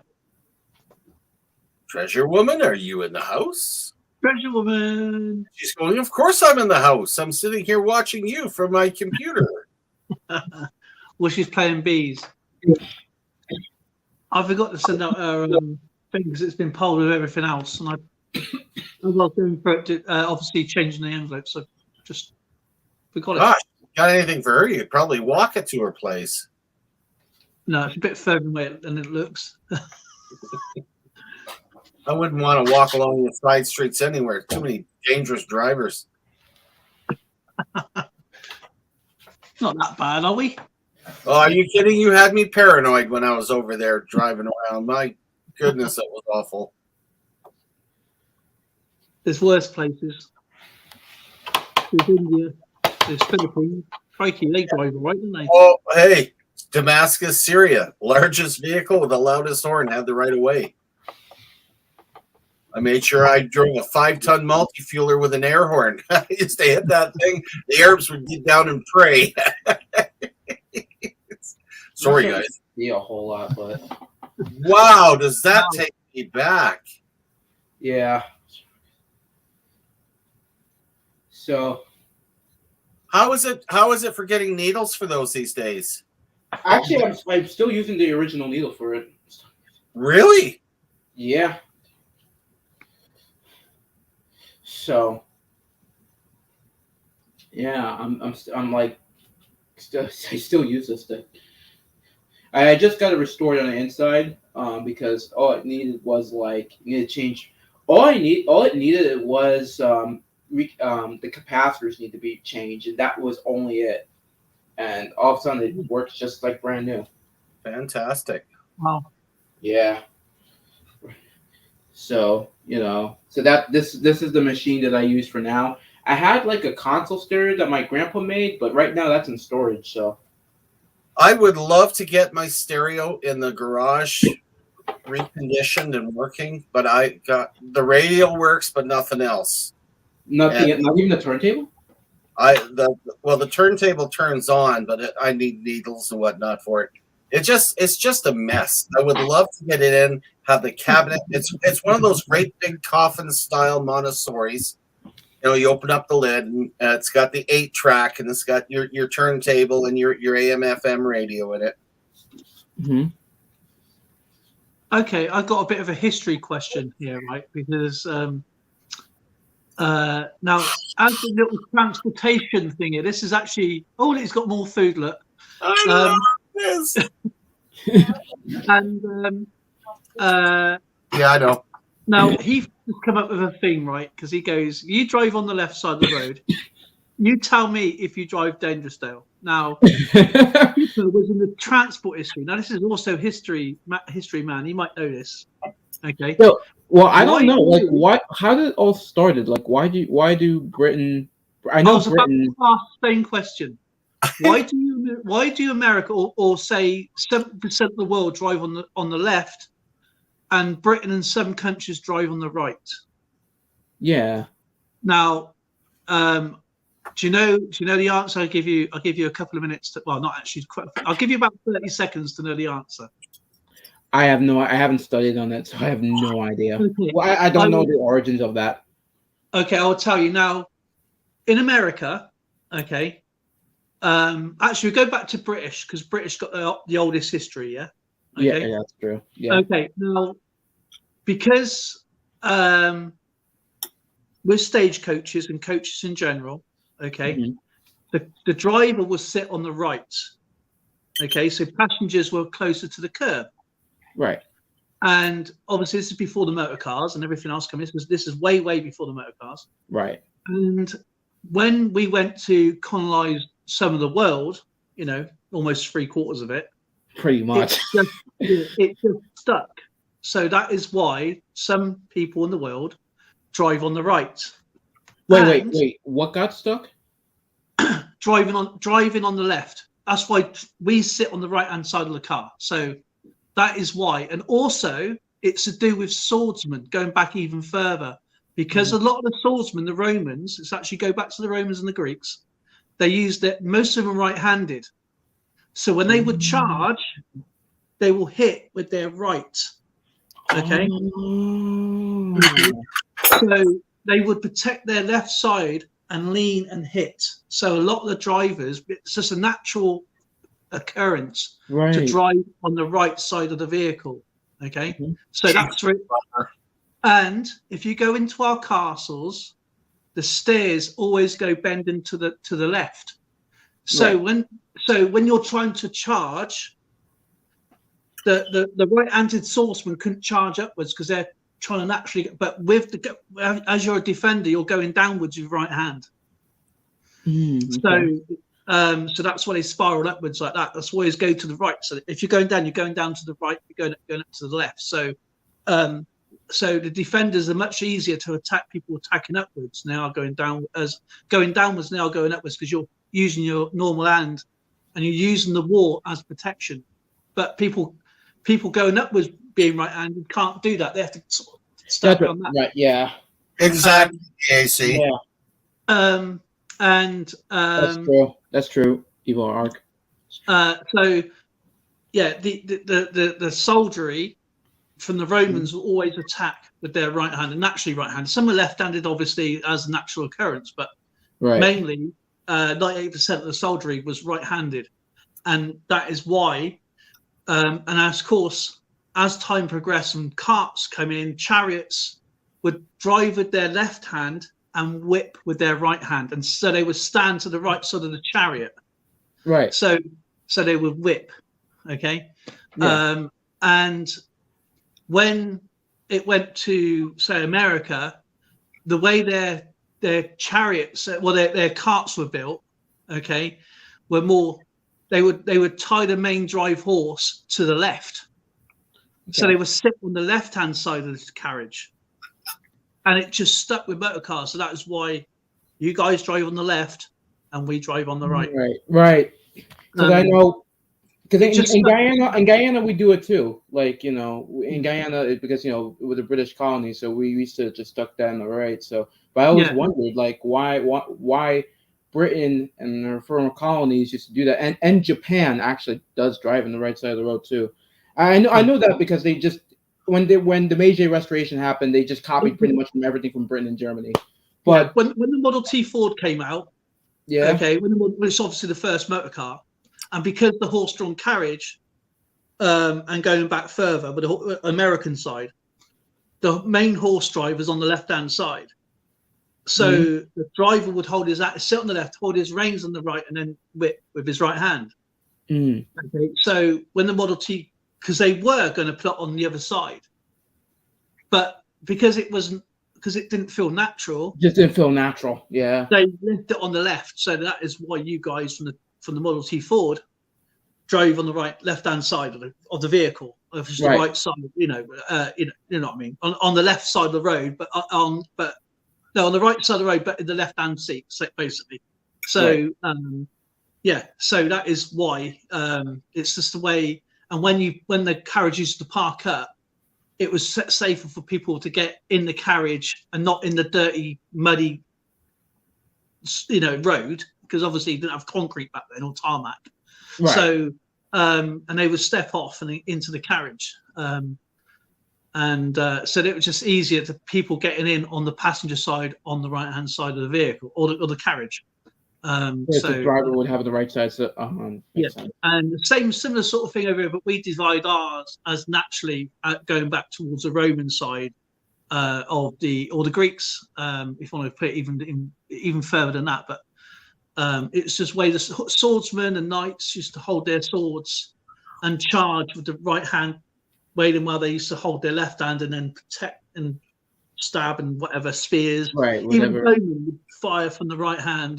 Right. Yeah. Some are left-handed. Obviously, you do get left-handed people. Obviously, but yeah, that is why we drive on the left and you drive on the right. It's just the way the cars were made from the carriages. We divide it from and when we colonized, of course, when the cars first was imported later on. Cars were only made on the right hand side, left hand side, I think. Yeah, left hand side for you guys. You drive on the right, and it's just a progression. And it just stuck in those countries. It just stuck with them after when they got independence. Yeah. And we used to have a really dangerous rule over here. Out in the country, okay, we used to have these people called flagmen, okay, and they would walk in front of the car with a lamp. Okay. And for some reason, so the car would be driving behind the guy with a lamp, his old lamp, and walk for miles. Right. You think they'd sit on the front of the car and just drive forward, wouldn't you? You had to walk. And but out in the country, we used to drive on the right, but as soon as you enter the city, we went onto the left, which caused major confusion. Right. It just had to stay away. And then obviously highway code was introduced. And it just stuck, and that was probably in the early 20s, I should imagine. But yeah, that's the reason why, if you ever wondered. So. Dale, I've enjoyed listening. I did. Tracy made me a big plate of bangers and mash with mushy peas. No, with Guinness gravy. Oh, good. Good. That is nice. That's stout. nice. Oh, yummy. Oh man, that sounds so good. I'm doing my diet, right? Mm-hmm. I'm doing my renal diet, but not as bad, but not as like really, really stringent. But I'm doing it until the end of it because I hardly eat anyway. Yeah. I hardly eat anything, and my doctor goes, "You got to lose weight. You got to lose weight." Because what more can I lose? What more can I possibly lose when I don't eat anything? I goes, "I'll tell you what I'll do. I'll stop eating my tablets. That way, then I won't eat anything." You know what I mean? Thank you. He started his adventures. But yeah, it's like, what can I do more? You know what I mean? What can I do more? Because you've got to eat something, otherwise you end up blinking brown bread anyway, don't you? You end up skinny mini. Yeah, I mean, Mini. it's All right. ridiculous. I mean, what can I? Oh, you got. I said, look, I've got a bloody kidney in my stomach where I didn't really want to have it in the first place. And am I supposed to not take that out? I'll lose weight that way. I've lost all my muscle mass. I lost absolutely loads and loads of muscle mass because of this.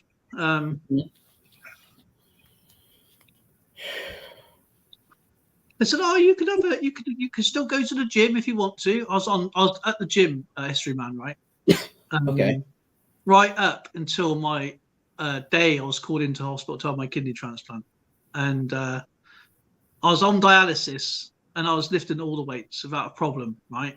And as soon as I've been transplanted, as soon as I went back down to get as soon as I over a year had to wait for recovery, and went down to the gym. They said, "You're not allowed in anymore because we're not liable for your illness." Mm. I went, "What?"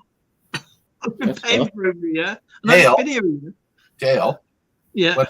when weightlifters go to church, do they attend muscle mass? That's Depends funny. what time it is, if it's midnight mass. Catch your dues later. Dinner time, says Maya's video. Dinner time? You can't. I thought he was at work taking a break from all the babies. I was thinking man, he is, isn't he? Harlan would be the perfect guy to get as Santa Claus next year. Instead of me holding 1,600 babies, he's used to it. He should do it. That's a good point. Only night, Skipper. Well, to be fair, Santa works at night, so you'd be perfect. And that right, son? You only work at night, so he's already got the job there. Like he said, he goes in only nights.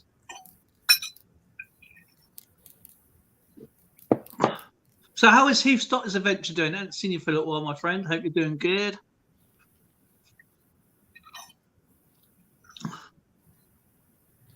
All right, guys. I have to go. No, you're not leaving. You're not allowed. You've got to stay. I gotta go, guys. No. I don't blame you. I have to come back on board because I finished. The galley is closed. He didn't invite us, did he, History Man, eh? What happened? He didn't invite us, did he? Well, when you come to town, I'll make sure that you're fed. That's fun. I mean, Tracy just finished telling me. He says when our guest shows up on the 3rd, Yeah. I have to be the one that's doing all the cooking. Okay. It's fine. I can do that. That's funny. But guys, I gotta go, so I just have. Okay, History Man. Always awesome to see you, my friend. Yeah. It's nice to see you. Nice to see you, Dale, Skipper. And you too, my Mm. friend. Absolutely All awesome. right. I'll try and sort you out some banknotes for you. And Yeah, if you I'll want to, I'll try I'll and just get send some- you. Huh? if I can get a couple of those 78s, I'm not sure what you have. I'll just randomly pick a couple and send them to you. You know how to package them because they're very fragile. Oh, yeah, I package stuff all the time, so you'll be right. All That'd be right, right. because make sure I'm you have buying all you have that. to do is pretty easy. Hold on, let me get a 78 real quick. Let me just show myself real quick, just in case you don't know. They're Because, very fragile. very. And when I mean they're fragile, they're very fragile. So all you have to do is pretty much get obviously the bubble wrap part, right? So Oh, we're familiar with bubble wrap. you need a bunch of bubble wrap for this, and then all you have to do is get 2 pieces of cardboard. You see the record, and then put them together like this, and then tie it up like that with a rubber band or something something like Yeah. that. So, and then you put it in in a small box. At Oh, my okay, age, so that's the very, only very- wrapping I do. Huh? I said at my age, that's the only wrapping I do. Oh, man. So, yeah, I'm just showing you, so it doesn't come in 1,000 pieces. I haven't had that before, but I know a lot of collectors, people would grab the 78 because little did they know how fragile these records are, and they would just put it in I don't know, some type of they would just put it in a box with bubble wrap with just no protection on the 78, and it's just a thousands of pieces at this. Oh, I'm gonna make. some this- things when you're packing, you know, you got this thing's got to go through our Royal Mail system, then through our sorting system, then it's got to go onto an aeroplane. Yeah. You know, that's the bit I'm worried about. It's not what you guys do at your end. It's our Royal Snail is the worst. So I believe it. So once it's up in the air and then landed and it's out of their hands, then that's the panic over, because I know it's going to get to you safely. But you know, Right. it's the guys that sit on boxes and stuff. Fun. I remember being out at my grandmother's farm, and my brother and I got into her 45. She had a big collection of them, and he brought out his collection. My brother Bob had a big collection of handguns and rifles and stuff, and he took a couple of 22 caliber rifles out the back, and I was charged with being the guy that flung the records up in the air, and you pull, boom, pull, and he's shooting the records. He's boy, I'll tell you. You know what? I don't know how he existed, because I swear my grandmother should have killed him. He's the one that shot up the Morris Minor in her garage. It looked like Bonnie and Clyde's car by the time we finished. And look around and we saw the whole. I almost spit it. What that? Yeah, I remember you telling me about that, and you go, "Nick, Oh, I stuff think I'm we getting did. in a little bit of trouble here." Bullet holes everywhere, man. Looks like something from Bonnie and Clyde, I expect, if not worse. Oh, it was terrible. It was just like how no ricochets got us. I have no idea. That was a different world. We did things differently. We weren't walking around talking to our phones and plugged in. We were shooting stuff. Girl! Oh my All right, God. guys. I'm gonna head off. Okay. No, we definitely going to talk more records, because I'm gearing up to. Yeah, I think Greg Christ. online. I'm not sure if he's gonna be in, but I see him online right now. But I don't think he's gonna be in, since he's probably done after college work. So I don't know, but maybe next Yeah. time. Because Me. he said he wanted to meet you too. So Greg's a nice guy. You'll love Greg, Skipper. I'm looking forward to talking to him. Yeah, definitely. All right. I think he was But you, have a Dale. good day, my friend. It's good to see All right, you and too, hear you. Dale. All right. Take care. Take care, brother. He said, doing okay, just started to look for a new place to live, getting ready to start a bunch of personal things off and consolidate some things.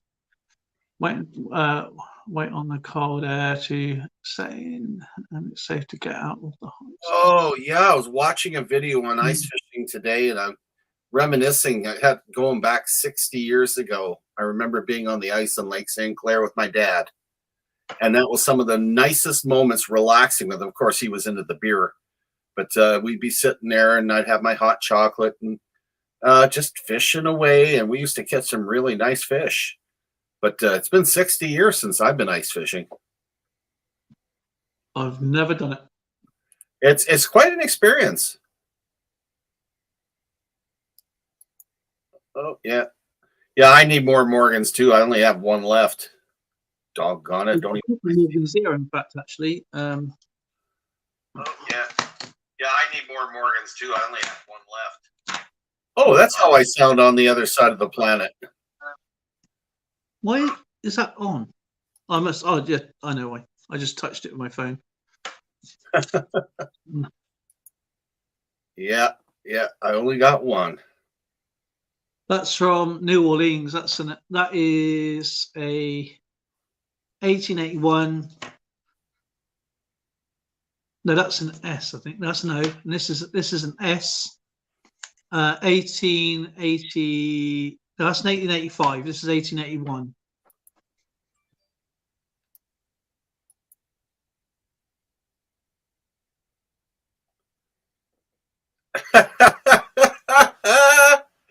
Yeah, good old Taffy. That's pulling your frozen fish out of the freezer is ice fishing. And there's my peace dollars. Yeah, I'm gonna have to do a lot more work, get some more peace dollars. Well, I don't know. You like the peace dollars, don't you? I do like. I don't mind. Obviously, I like the Morgans. Don't get me wrong; they're still really. But I'm a bit of an underdog supporter, to be fair, and that's why I like peace dollars. I would love to do that, Heath Dottie, but unfortunately, I have trouble walking to the mailbox. Going out ice fishing is just something I'm not going to be able to do anymore. What you can do is stick you in a wheelbarrow and give you a push. It would be a wheelbarrow. Yeah, maybe a skid. No, I can't even throw my legs over a skidoo anymore. Oh, I'd love to do that. I've never done it. I've seen George do it, I think. George? Yeah, George does ice fishing, doesn't he? I did not know that.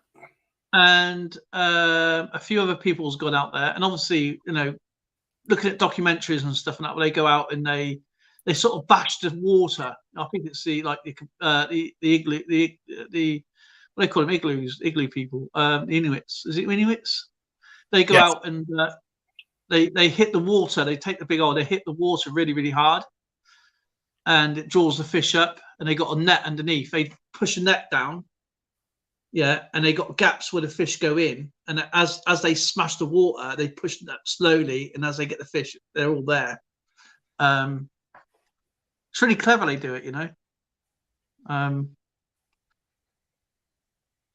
they sink this net in, and they swim in as they consider obviously the water, what they're doing. They know what they're doing. And they stretch the net back, and it just lifts it up out the hole. Mm-hmm. And it's just lined with a load of fish. And the way they set their tents up as well is amazing. They have a tent. They have a rope. They never anchor it down. What they do is they dig a tunnel into a small hole in the ice, and they use that as an anchor. They tie that as an anchor. They don't take like normal tent pegs, because obviously that just takes up time and energy, which you don't want to do in the middle of the ice and cold. You want to keep as much energy as possible. So they dig up these like holes in the ice, and they use that as an anchor, because obviously ice is stronger than concrete, isn't it? So when you got minus blinking 50 or even 70 or even lower than that, with gales up to nearly 60 miles an hour. You get minus 50 to 70. I'm in an igloo with a candle going on, a ton of furs, and a woman to keep me warm.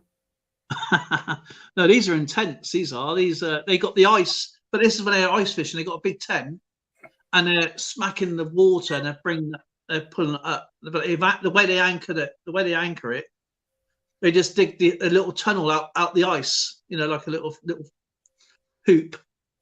And yeah, like a little hoop, yeah.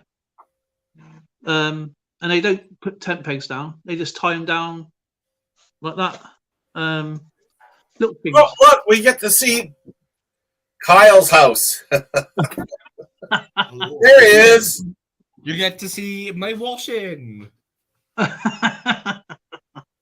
You're drying in it, not you're washing. The knickers are definitely not mine. That's all yours, really. Be honest. We don't judge you. I got big news. I've recently become a millionaire. I'm so happy. Okay, I'm patiently listening. Driving right out. Yeah, you he got on the Zimbabwe $500 million note. $500 million? Is that all? Is that all? I'm officially a millionaire.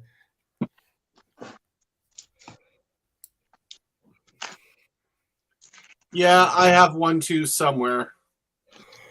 Didn't help me none though. It's the $1 trillion notes that are worth the most. $100 trillion. Is it? Yeah, trillion. Yeah, them ones. They did go up to about 100, £150 for an uncirculated one at one point. Yeah, this is uncirculated, all right. This one's uncirculated as well. I paid £15 for this. Well, $100 trillion. I had a slightly nice delivery today. So I had I that. had a delivery from Sandman Coins and Collectibles today. I had some good old fashioned UK tubes. Oh, cool. These are the the vintage ones. Yeah. I Wow. remember them. So I got some already. So I've been trying to buy some so I can put my spare silver in. So rather than like flip everything and then waste like so many. Well, I paid. I can't remember. It's either £8 or £10. So like I've got enough. So I've got like ones for pennies. That's awesome, man. So they fit 50 of the old pennies in there. How many? I got 4. I got five of them, and more upstairs as well. A little bit's coming off that one. I got the old 3Ds. I got 4 threepenny ones, but one of them got damaged, and the cardboard tops and bottom come out of it. It was crushed, so one of them's ruined, and I had basically I bought the whole lot just for the £half-crown one, because these are ones of the harder ones to find. So when I get any spare £half-crowns, I can fit them in there. What ones do you need? Half crowns. Which ones do you need? Oh, I need loads. It's like I haven't focused mainly on £half-crowns. Well, let me know what you let me know what you've got, because I got quite a few spare half crowns. Oh, lovely. So You sent me a load of stuff, so I've got to send you something back. I ain't got a clue, man.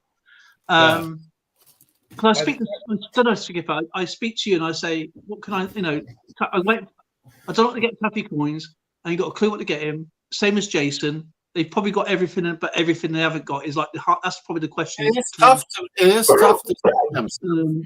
And they've been really good to me. You know what I mean? So it's like, yeah, if I can help you out with some half crowns, I'll be happy to, without a shadow of a doubt. That'd be awesome if you could. It's like obviously that I'm not expecting the silver ones, like the Cooper and all nickel modern ones. I still need some of them. As soon as I get time, I'll take pictures of my Whitman ones. Yeah, because I've got all the Queen Elizabeth ones and King George ones. Obviously, I'm going backwards. That's what I'm focused on. But some gentleman there put me into Canadian coins. So I'm doing really well with my shillings, but I need to find one of the Whitman albums for the more modern shillings. Because I've got I'm trying to get all the silver ones from Edward. Obviously, it's no point even looking at Queen Victoria ones, because even some of the shillings for her, even in they're expensive. even in crappy condition, some of them are like extortionate. So I've got all the Queen Elizabeth ones which I wanted. So I've got from 1970 all the way down to 52. They only do 56, 56, 55, 54, 53, 50. Yeah, I got that. 53 was the first one. 53 was the first one. I had that through the door as well. Ah, Ooh. that's pretty. Yeah, it's a Philharmonic. Yeah, I got 2 of those. So it's like because I was Hey, Kyle.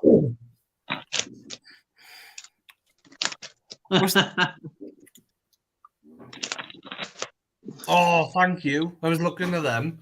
Some of them designs are really good because they were showing them on the Coin Show podcast the other day. What is the Queen Show? I've heard of it. What is the Queen Yeah, Show? it's pretty good. I love it. They talk about Coins. mainly American coinage, but they talk about like world coin news as well. So sometimes when there's like new ones like within the UK, they talk about them because there's a couple of like one or two of the guys that, well, one of them, Barry Swan, is actually British, who helps like with certain bits of like their Facebook and stuff like that. Okay. There's like they do stuff like the coolest thing. So they talk about their coolest thing to come into the coin shop because Matt Dinger, I'm not sure if he owns the coin shop or if his like father owns it and he like is co-owner or something like that. So they have a competition between him and Mike Nottleman, who works in Harlem J. Burke, which is like one of the biggest coin like shops, and like they specialize in ancients quite a bit as well. Yeah. And then based in Chicago. So like between the pair of them, they tried to fight it out each. Like normally they would do a broadcast every other week, and then like so one week in one show they'll have like their coolest thing to walk into their coin shop. So they've got like 3 or 4 weeks then to find something good, depending upon what comes in, and then they do like the viewers' coolest thing. So on their Facebook page called Friends of the Coin Show Podcast, Yeah. when they put the post out, sometimes like on the day or like 1 or 2 days before, you can upload a picture and just take a picture of your like a cool coin that you might have in your collection, and you can just put like a little write up of why it's cool to you. So it really doesn't have to be like anything special, as long as it's special to you, because everyone. It doesn't matter if you're like a millionaire and you've got like some like ridiculous Yeah, something crazy. or if it's simple. So like my coolest coin this time round was this. So like, what's that one? The German. It's a quad. It's a Balboa. Panamanian. It's a Panamanian quarter Balboa, and it's the first. I think it's off the top of my head. It's the first Balboa I actually have in my coin collection. That's cool, actually. Yeah, I think I've got 2 of those. If we ever get some more. So to me, when I had my grab bag from the Silver Picker squad, that was my coolest thing because I haven't had one before. So Greetings and salutations, chat and panel. Hey, Phil Guy. You know what, though, Kyle? Right? When you see those Balboas, right? They are pretty neat. I think I've got 2 of those. I've got a silver one and I've got a clad one.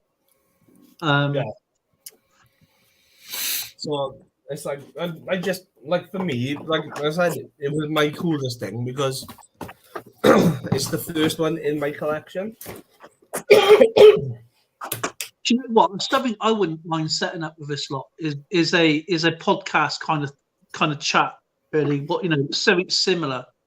You know what I mean? From all different walks of life. You know what I mean? From all over the world, and because sorry, you probably have to like find a way of recording it or something, and then doing editing. Like they do it as a live broadcast. So yeah, I like to do a live broadcast, and so like what me and Skipper does is like when he does his channel, I do my channel, and then if he was to go live, we'd come onto your channel And if so, Phil Guy was on his channel, we go onto his channel, so we're supporting each other all the way around in a big circle sort of thing, you know.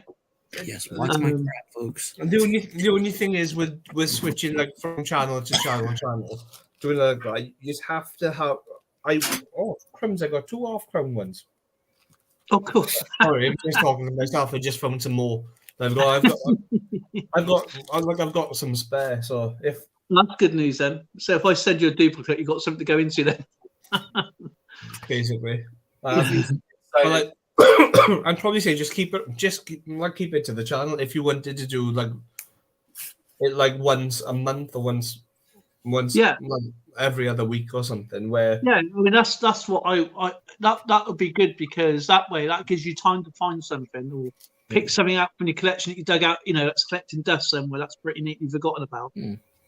And that's why when I was buying coins off Jason, I was looking for something silver, something obscure, something that goes into my collection, and something unique, So I'm not one of these people. It has to be a precious metal coin to go into my collection. I don't care about the coin itself. I just like, I'm doing something that I'm just doing randomly. So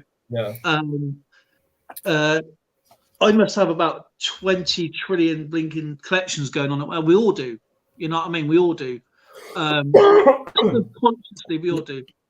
the problem is when you're a coin collector, and very few coin collectors. You'll have a good one. You stay, please, my friend. Let us know what you're doing. What is your? I mean, do you collect things? It's nice to see you, Mike. By and by. But yeah, it's great though if you can do that together, so people would know if they're getting into new collections and stuff and that. Like the problem is, like with any coin collection, very few people have just a sole focus, like you said. I had this delivery today. I had a Philharmonic. I had my $500 million note. I had 10 Merc dimes. I've got, what do I have? I had a mint state 1939 2 shilling, 0.500 silver. Yeah, man, that's nice. Which has got really nice luster on it. I got a Leeds, I think it's a Leeds halfpenny from 1793. I collect coins too, mostly off the way to the store. Wow. And so, like with all of the stuff I bought today, it's just like there's no sense to it. If you know what I mean, because it's such a mix-up. It's like I had a 10, 25 and a 50-cent coin for Canada, which I've uploaded today on my Instagram as well. Canadian. I had a 1 shilling Australian. Oh, these are coins that came in today? Yeah, I had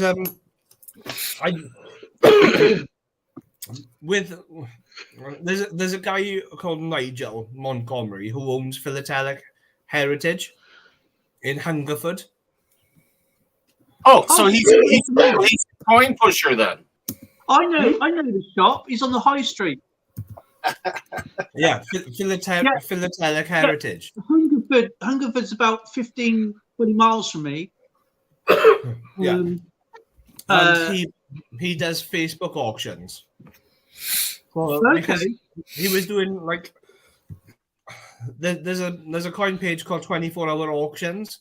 So you bid on an item, and if there's no other bid within 24 hours afterwards, then you win. But if someone bids in like 1 minute left to the 24 hour, yeah. So it just resets the timer like that, and it'd be that's a bit of a pain, that is. Yeah, it'd be a bit of a pain, but sometimes it'd be fantastic for finding bargains because people Yeah, put bits on and then forget about it.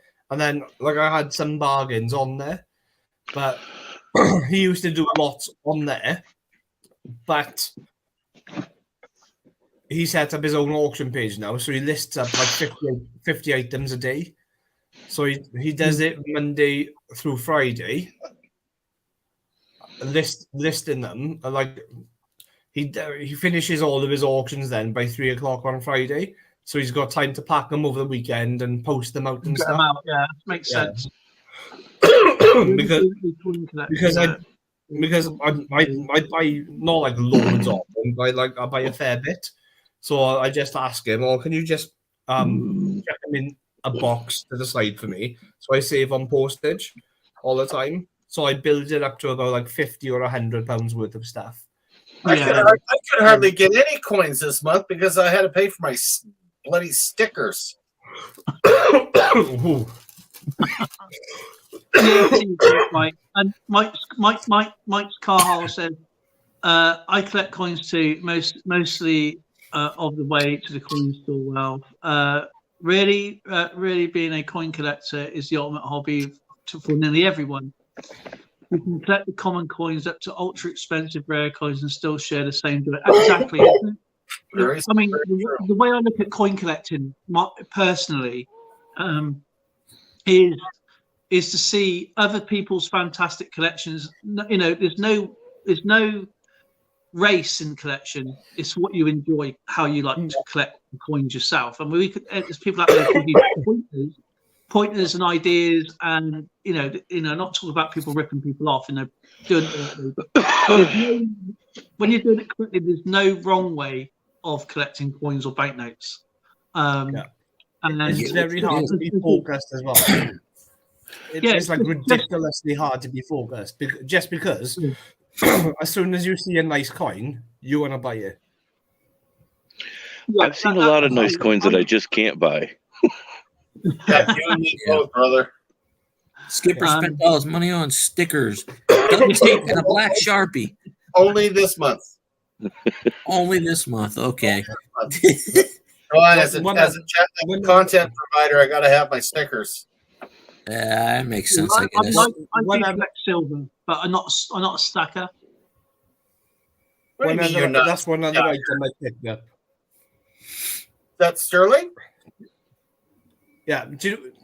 Dale, well, I don't know what like the Americans and stuff are like. When it's old fashioned and traditional.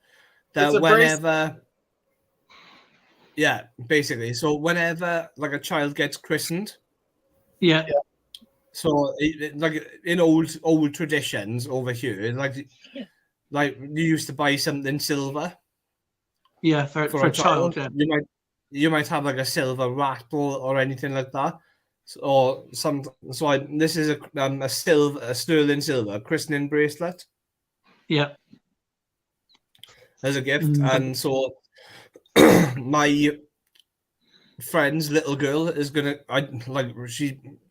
It might probably not even fit in now, but I'd give it to her just to try it on her. If it does fit there, she can have it as a christening present then, just to like be traditional. I picked it up with all the other stuff just for something like £8. That's good. Actually, that's really good. That's really good. But just to be like old fashioned and traditional. That's nice to see traditions. I think he just wanting to ask a question, guys. So, sure. What is £8 in American dollars? It's about $7.50, something like that. £8 in dollars. £8 in dollars. It's approximately about £10, 10 11, something like that. No, £8 in dollars. £8 in dollars. So it's about $7.50. Like no, £8 in dollars. That's simple. Yeah, so it's good. I can't. I'm on my phone. Oh, okay. Hold on. Who's gonna beat me? No, these guys will. I don't have to do anything. Google, what's the exchange rate? It's $9.91. Sorry, I was going the other way around. Yeah, $9.91. Sorry, you were right, Kyle. And Sorry. it wasn't that long ago where one British pound was worth like $2.50 US. Yeah. So it's really devalued. Oh my gosh. It's like Yeah. was it like about 2 years ago? It was like about $1.35 for a pound. When I went to America, yeah, it was 33 cents to the pound. So every pound it cost me to get $1. It cost me 33p. Which is nothing. Yeah, that's because my friend's wife was a bank manager, and she let me have all the money commission free. So it's 33 pence. So essentially, back then it was costing you £1 for $3. $1. It was for $1. It would cost me 33p. So It's that's almost what a little over $3. Yeah. So it was, when I went in there with 100 quid, I got $33. Oh, what a great holiday in Vegas! Yeah. You got £1,000 and you go to Vegas. You're freaking you have at least a 3-day fun time. And get this, I had to exchange. I got 30. I had to get Canadian cash as well because obviously I stopped in Canada, and that was something like 25. That was something like 25p for a Canadian dollar. So I had to, and I went, okay, I'll have 100 Canadian dollars, or £100, and I spent about $8 Canadian dollars, because obviously it happened. Obviously, what happened back then with the Twin Towers, of course. So I couldn't stay in Canada very long. I was like going to meet my friends. I was only allowed to have a 4-hour pass. So the exchange rate was even better in America. So it was something like 17 cents, I think it was, for a Canadian dollar. So I had more money back from changing it in the Bank of America than I would have done in England. It was 28 pence per dollar. So I ended up going back with more money because my brother paid for a lot of the stuff. With more money than I went with. So it was a good time. And you, Mike, you're expressing exactly what a stacker is. I'm a stacker too, but I keep that separate from my numismatic coins. Yeah, I always build up a stack of silver, any precious metal you want to stack and that's in case of an emergency. That's what it's there for. Yeah. And believe me, last year I used mine. It makes me proud. I actually have to sit down and separate both of mine because I have things all just together. Yeah, and really you need to. You need to because you don't want to mix up your numismatic coins with your stack. That's a sovereign. Oh, okay. Working on it. Hey, that looks familiar. Yeah, that's a 2022 sovereign. Is that an ounce? Dale, when you came to the No, US, did you go to New York? 8 grams of gold. No, I went to Dallas. My brother lived in Dallas at the time. Oh, I heard you say something about the Twin Towers, so I thought you went to down the city. I done a surprise holiday for my mum to go and visit my brother. So I paid a whole holiday out for my mum. Nice. And obviously we were going to go September. We were going to go in October. But when Twin Towers happened in September, our flights were put back to February in the year after, in 2002. All right. So the security was quite, you can tell, obviously stringent, obviously for obvious reasons. Yep. But, and I wanted to go and meet my friends in Canada first, and but they only allowed me out to have a 4-hour pass. Me and my mum, so we just went down to have something to eat. So I only spent a couple of dollars, really, $8 I think it was at the time, and but they get back to Toronto Airport, and and then get onto the International Flight Lounge and then go down to Dallas. Well, you know, Dale, if you ever got a chance to go to New York, it's an interesting city, but don't rent there. Don't stay long. I spend probably an hour a day watching. My latest passion is watching this guy that goes through all the different apartments available in Manhattan and the Brooklyn, all over the place.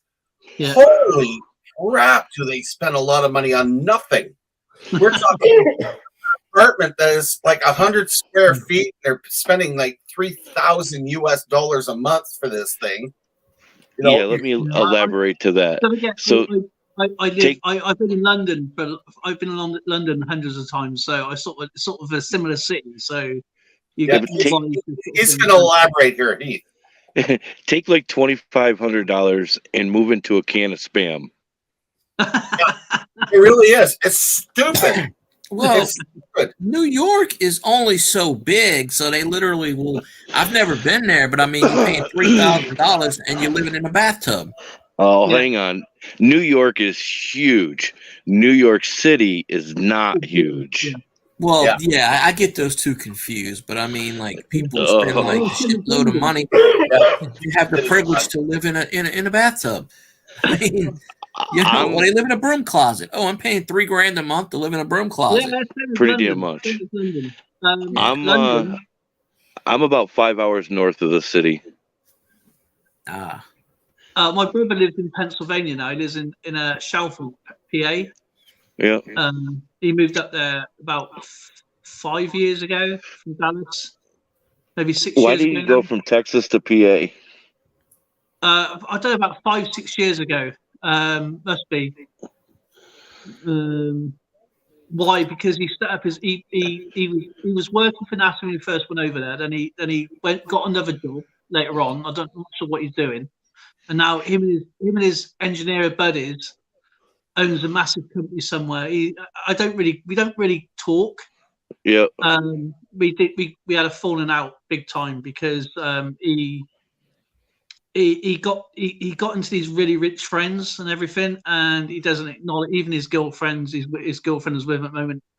His son plays football, but I'm not sure which team it is. He was in the draft a few years ago. Oh, for I don't know. for freedom and rights, Texas has got it. I hear know that. she is. No, his girlfriend is from Philadelphia. I can't remember what her son's name is. It's Christian something. And I'm not sure what team he plays for, but he got drafted into a team.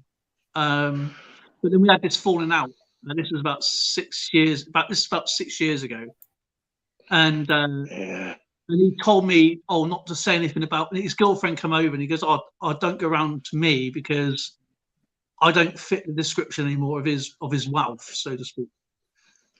So Yeah, that happens. so he's. I mean, fair play to him for earning what he's done. He's worked hard where he's got to. Oh, yeah. That's not the problem. The problem is the money's gone to his head. Right.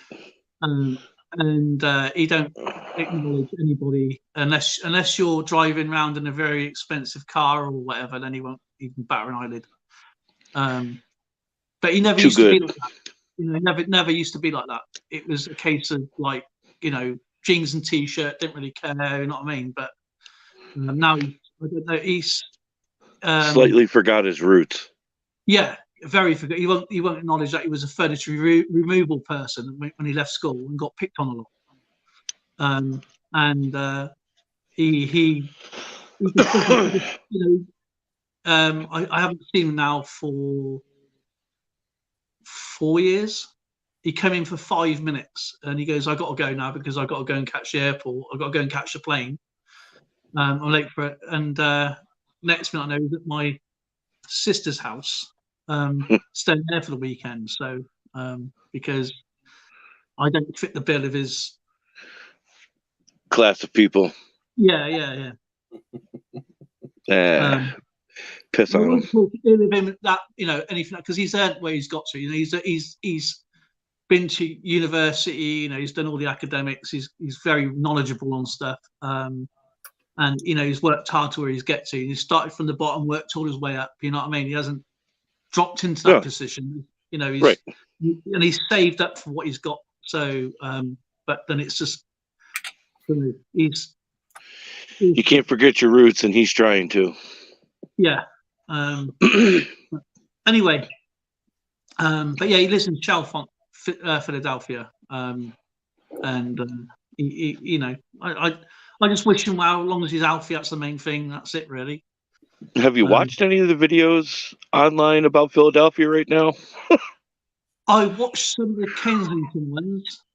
Man, oh man, that guy drives around. Look at all the people that are all drugged out. Oh, if you ever see Oh that, yeah, I've seen that. It's sad.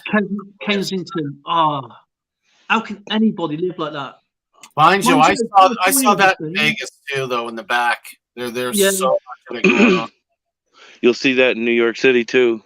Yeah. It's everywhere. It's a pandemic in itself, really, because Pretty much. California is exactly the same now. They got Yep. tent city, but I still say Philadelphia is a million times worse. Terrible there right now. Oh man, I don't know how. You know what I mean? You got these young girls and guys and men, and they just don't even know what day it is. Waste cases. Yeah, and yet these people used to be proper society people, so to speak. Yep. And now they lost their jobs, they lost their homes, they got nowhere else to turn apart from, Sitting on the streets begging and lumped over from drugs. Not a life to live. that is not. You come into this world, you don't want that. I don't care who you are. That is not a life. That is not a life. That is just existing. Yeah. Barely existing. Yeah. I don't know. I mean, I was homeless myself, but I wasn't like that. You know what I mean? I was nowhere near that way. That is just mad. And if I could help anyone, apart from the sick and needed, it would be the homeless. If I could help anybody, you know what I mean? They helped me when I was down, and that's what my brother doesn't understand, is that when you're at the top, when you're at the very top, and you got those society friends, you got a long way to fall. When you're at the bottom and you know where you are and how to survive, you're the most richest because you know how to survive. You know what I mean? But my brother wouldn't know where to go, how to look out for himself. You know what I mean? What to look out for, streetwise sort of stuff. Yeah. They need an addiction.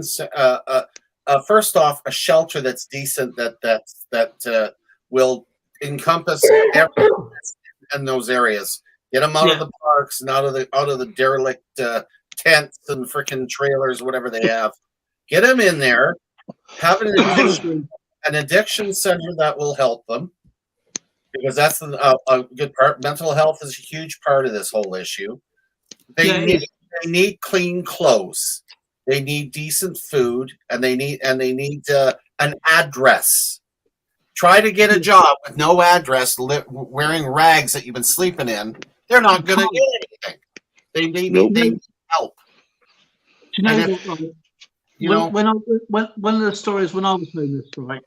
Now I was homeless. I was literally on the streets for 18 months. Okay, and the first night's quite weird. You're on your own, don't know where to go to, don't know what to turn to, right? Luckily, I only went through one winter, and that was hard. And these people go through winters for like 10, 15 years. They're adapted to it, And I met some amazing people.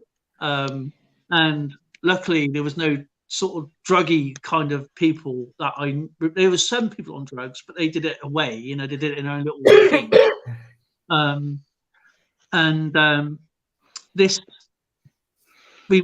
The way I went about it as well, I went into the supermarkets, and rather than people stealing, running, nick stuff and run out again, I went up to the manager, I had a bit of common sense. I went to the manager and I say, have you got any spare food I can have? Have you got anything that I can take away now? I don't want to come in. I want to come up to you and talk to you properly, like a person. And idiot gave us frozen pizza, right? And I said, "What are we going to do with frozen?" And he laughed. Because one day, hopefully one day you're not like this. That's know. awful. That's awful. And Angel Delights, obviously you need milk to mix of Angel Delights, obviously. And I said, "What are you doing? This is just you having a laugh because I'm trying to give you food, and I guess it's a frozen pizza, buddy. Just up you can just like a sandwich or something like that. We've got old sandwiches, but no, you do get the odd idiots. But 9 Yeah. weeks. I Yeah. was rich. Yeah, you can do a lot. You can do a lot with a couple of quid in your pocket. If you're careful enough. But I think what made me hard to the whole thing with homelessness and it upsets me quite a bit. All the years that I drove city transit, because I work in an environment where in the winter it's not uncommon to find minus 35, minus 45 outside. Right. It's freezing.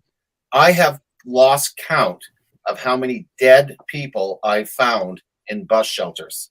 They're not heated. They freeze. These homeless people freeze to death. And I've had to call it in and have their bodies removed, taken down to the morgue and whatever. It makes me sick, especially in our city. I'm talking Edmonton here, where I hear all these lame promises from these politicians to set up shelters. They've done the bare minimum, but there's nothing there They that's have it open for about 2 nights, and that's it. 2 nights. It's just not enough. You cannot survive in this environment here without shelter or food. You can't. Now, the tragic story I witnessed. Me and my friend Tony Entwistle, his name, never forget his name, and he was on the streets from the age of 14, and the same. He's probably either 6 months older than me or 6 months younger than me, the same age anyway. And we got on really well. And he managed to meet a girl and then get himself sorted out. And he moved up to Lincolnshire, Leicestershire, something like that. And he managed to get himself sorted. And we got into the last 6 months. We got into a shelter, and we went in together. And he got a room. I got this family room. That's quite a funny story about that, but I'll tell you about it another time. But when you talk about people who froze, I saw 2 froze, and one we kind of missed by about 15 seconds.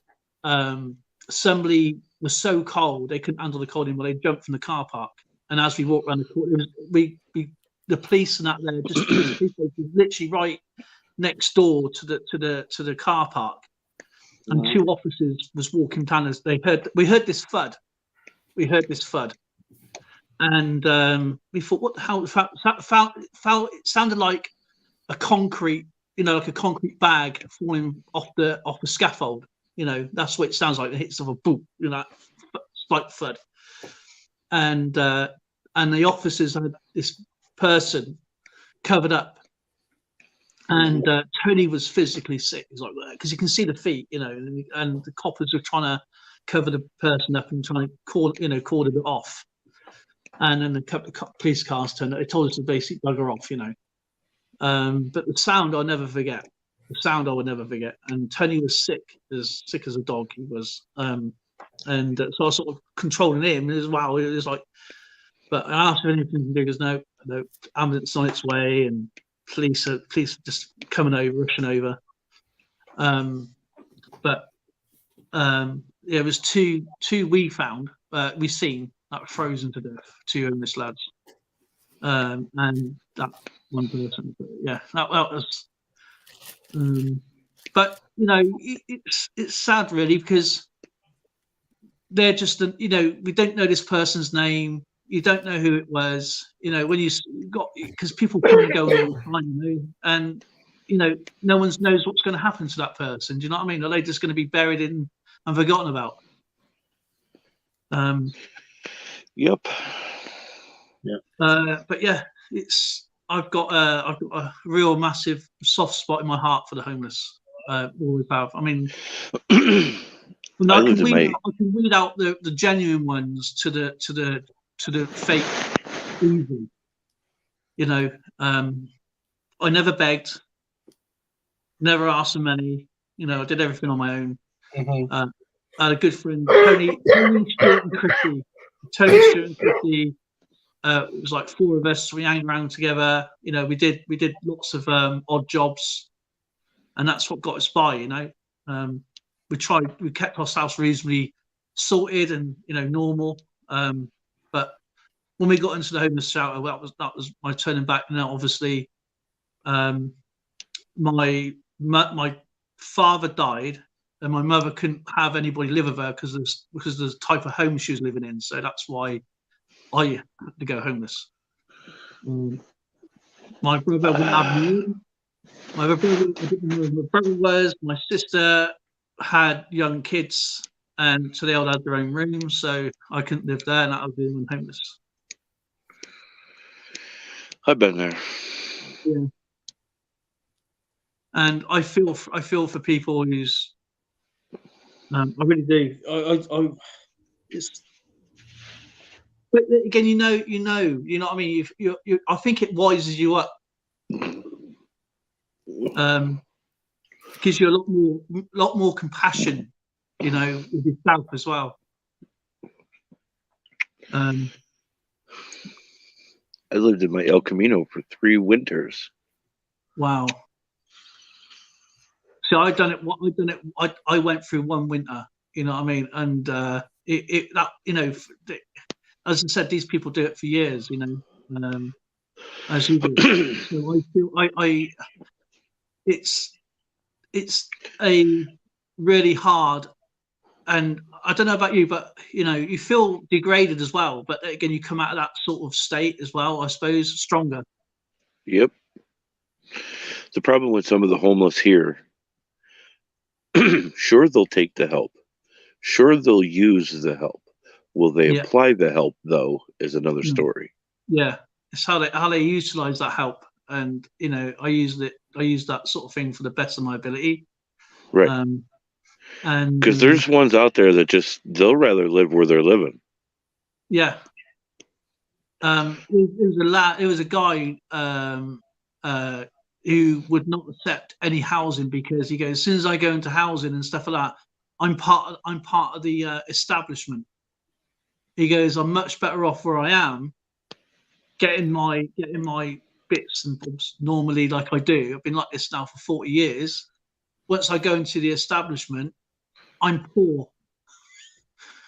And nobody can tell me where to go, what to do, how to do it. As long as I'm not breaking windows or breaking into houses, I can live off the land, and I'm very happy. I forage, and I get money from people. If people want to give me money, the police turn up, try and take it off. It's that person that they give me out of their own free will. I haven't asked for it. And he goes, sometimes I can make up to £100, £200 a day, but I don't beg. And I live like that, and I save my money. And but some people are happier that way. Some people are happier. They just don't want to be part of the establishment. Some of them aren't alcoholics or drug addicts either. No, that's right. He wasn't. He was just happy-go-lucky lad. But Tony, as I said, Tony Entwistle, I'll never forget him. And he said, do you know how I become homeless? I went, no. I didn't know. And he goes, I went to school. He goes, I hated my stepdad. My stepdad hated me. And he went to school, and as he was at school, his stepdad and his mum emptied the whole house and just moved off. And he came home from school, didn't know where anybody moved to.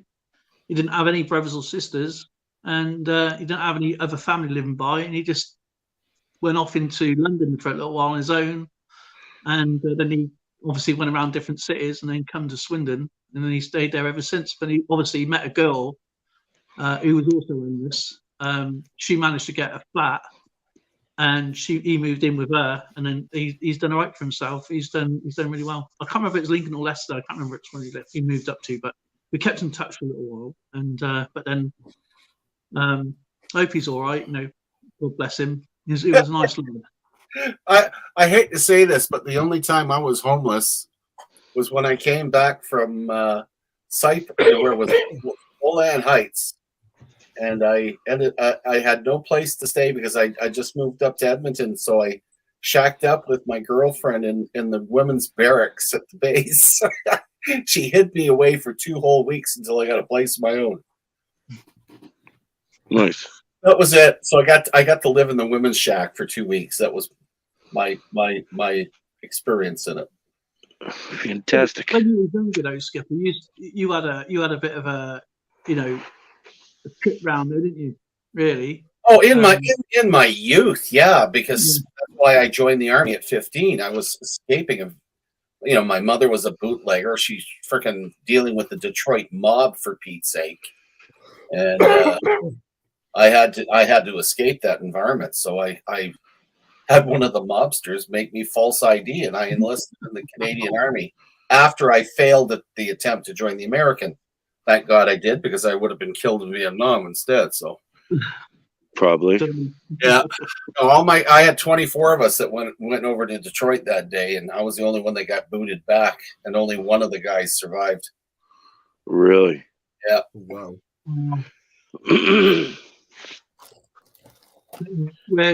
Things happen for a reason. That's right. That's right. It's it allowed me to stay in, even though they found out that I had lied about my age when I was 17, which cost me a few days in the slammer. I ended up retiring with a full pension after 22 years service at the age of 37. Are you sure you're 37 back then? Be honest. I was 37 when I was forced to retire because I'd broken my back. Yeah. I mean, you'd have still been in today. Oh, I'd still be in today. Are you kidding? I love the life. Are you kidding? Oh yeah. I'm an adrenaline junkie. Yay! Von just came back to see us all off. Yay! It's nice to see Phil and Heath. Were you forces, Heath? Did you serve? No, I couldn't get in. I went to the recruiting station and doing all the paperwork. The person behind the desk or the desk asked me if I had any broken bones or any metal plates and anything like that in me. And I said, yep, I got 4 bolts and a couple of plates in my ankle. He looked at me and says, well, you go get those taken out and we'll accept you. I said, you give me the $10,500 that it costs to put those things in there, and then I'll be back. He goes, son, we're not going to be able to use you then. Yeah. So on that part of things, whenever I wind up seeing a veteran, no matter what class, no matter what era, I try to either buy their food, buy them a drink, sit down, have a conversation with them, talk about things. Probably the coolest conversation I had was talking with a gentleman that was in the bomber. He was the bottom turret operator in the big glass ball. That man told me some stories, make people's spines chill. Yep. That was pretty crazy, but that's what I do. I try to go out, and if I'm out and about and I catch one, even if it's in a situation where that's not acceptable, what I was just saying I do, maybe in passing, I thank them for their service. I'll walk right up to them and shake their hand and tell them what went on and really tell them my story and tell them why I do what I do. Yeah, a lot of those veterans need to hear that, especially the Vietnam veteran, the era from Vietnam. They were so Yep. badly abused. It's so nice to see that people are now respecting all service people equally. I mean, it was wonderful. Right. I mean, I don't know if I've told you, Skip, when I was in the cadets, every other Sunday, we used to go to the RAFA. You know what the RAFA is, Royal Air Force Association? Mhm. And obviously used to go up there, especially when it was like a few weeks before Remembrance Parade. And obviously they'll all be sat there, hundreds of them, and having their beer, their chats with their thing. Obviously they see us coming, me, a couple of my friends were walking, a couple of other cadets and that. We used to do it voluntary, didn't have to, we wasn't ordered to do it, we used to go up there. So we wouldn't have to drink, and they would buy us like a Coke or something like that, or lemonade or whatever. And we would sit there and listen to them for hours, hours and hours and hours. And I think sometimes they want to talk and they just want people to understand. Sometimes they do. A lot of cases, though, they don't want to. They just want.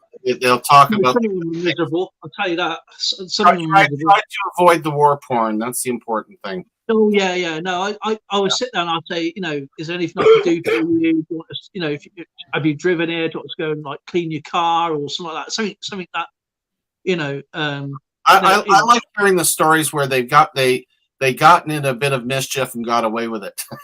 Yeah, They're my favorite ones. yeah. Well, the way I am with you, that is my favorite stories. You know what I mean? Yeah. And like, And I was a little bit of a disturber. Anyway, guys, I gotta call it quits. It's 30 hours here, so we will be back online with the Coin World UK tomorrow at 2 p.m. Mountain Standard Time and 9 p.m. London Greenwich Mean Time, and we will have some more fun on our wonderful collectors community live we got stream. a challenge going on. We got a challenge. Anybody who's got a foam head, Oh yeah, foam heads. we got foam heads going on. So you got to paint Anybody your who wants foam heads. The foam head challenge. Foam head challenge. You got. He's looking. He's like, what? We everybody puts up a silver coin, can be a dime, whatever, and that's your entry. We are decorating foam heads, and at the end of February, the chat will decide who has got the coolest looking head. So we're going to be a bunch of head cases. Oh boy. So get your heads together. Get your heads together and come in with the fun of Get challenge. your heads together. That's it. I know we're coming. What else can we think of? We're plucking at straw. Wow, boys. Wow. Well, we do have battle chat. We got trivia We got too. other things going on. So This yeah. is one of those goofy things that we just Yeah. out of the blue. So if you want to do your, I know what I'm going to do mine now. Come up with a really cool one because he's got nobody to go with, and that's a Good clue. luck. He's got nobody to go with. That is a clue. His has got a bit of. He's got a bit of a handicap because his is all dented in and everything. But anyway. Yeah, Oh boy. yeah, mine's got a bit of a headache going on. So I want to I'll be thank keeping an everybody eye out. for coming out. We really do appreciate it. Yes, you go up like Taffy. I'm staying on for 2 minutes afterwards. If you're okay. Okay. Just, Okay, that's fine. That's fine. So with everybody, thank you very much for stopping by, and we'll be on Coin World UK tomorrow. See you, YouTube. Nice to see you. It's always lovely to see you, brother. Thank you so much for coming. And hopefully see you tomorrow.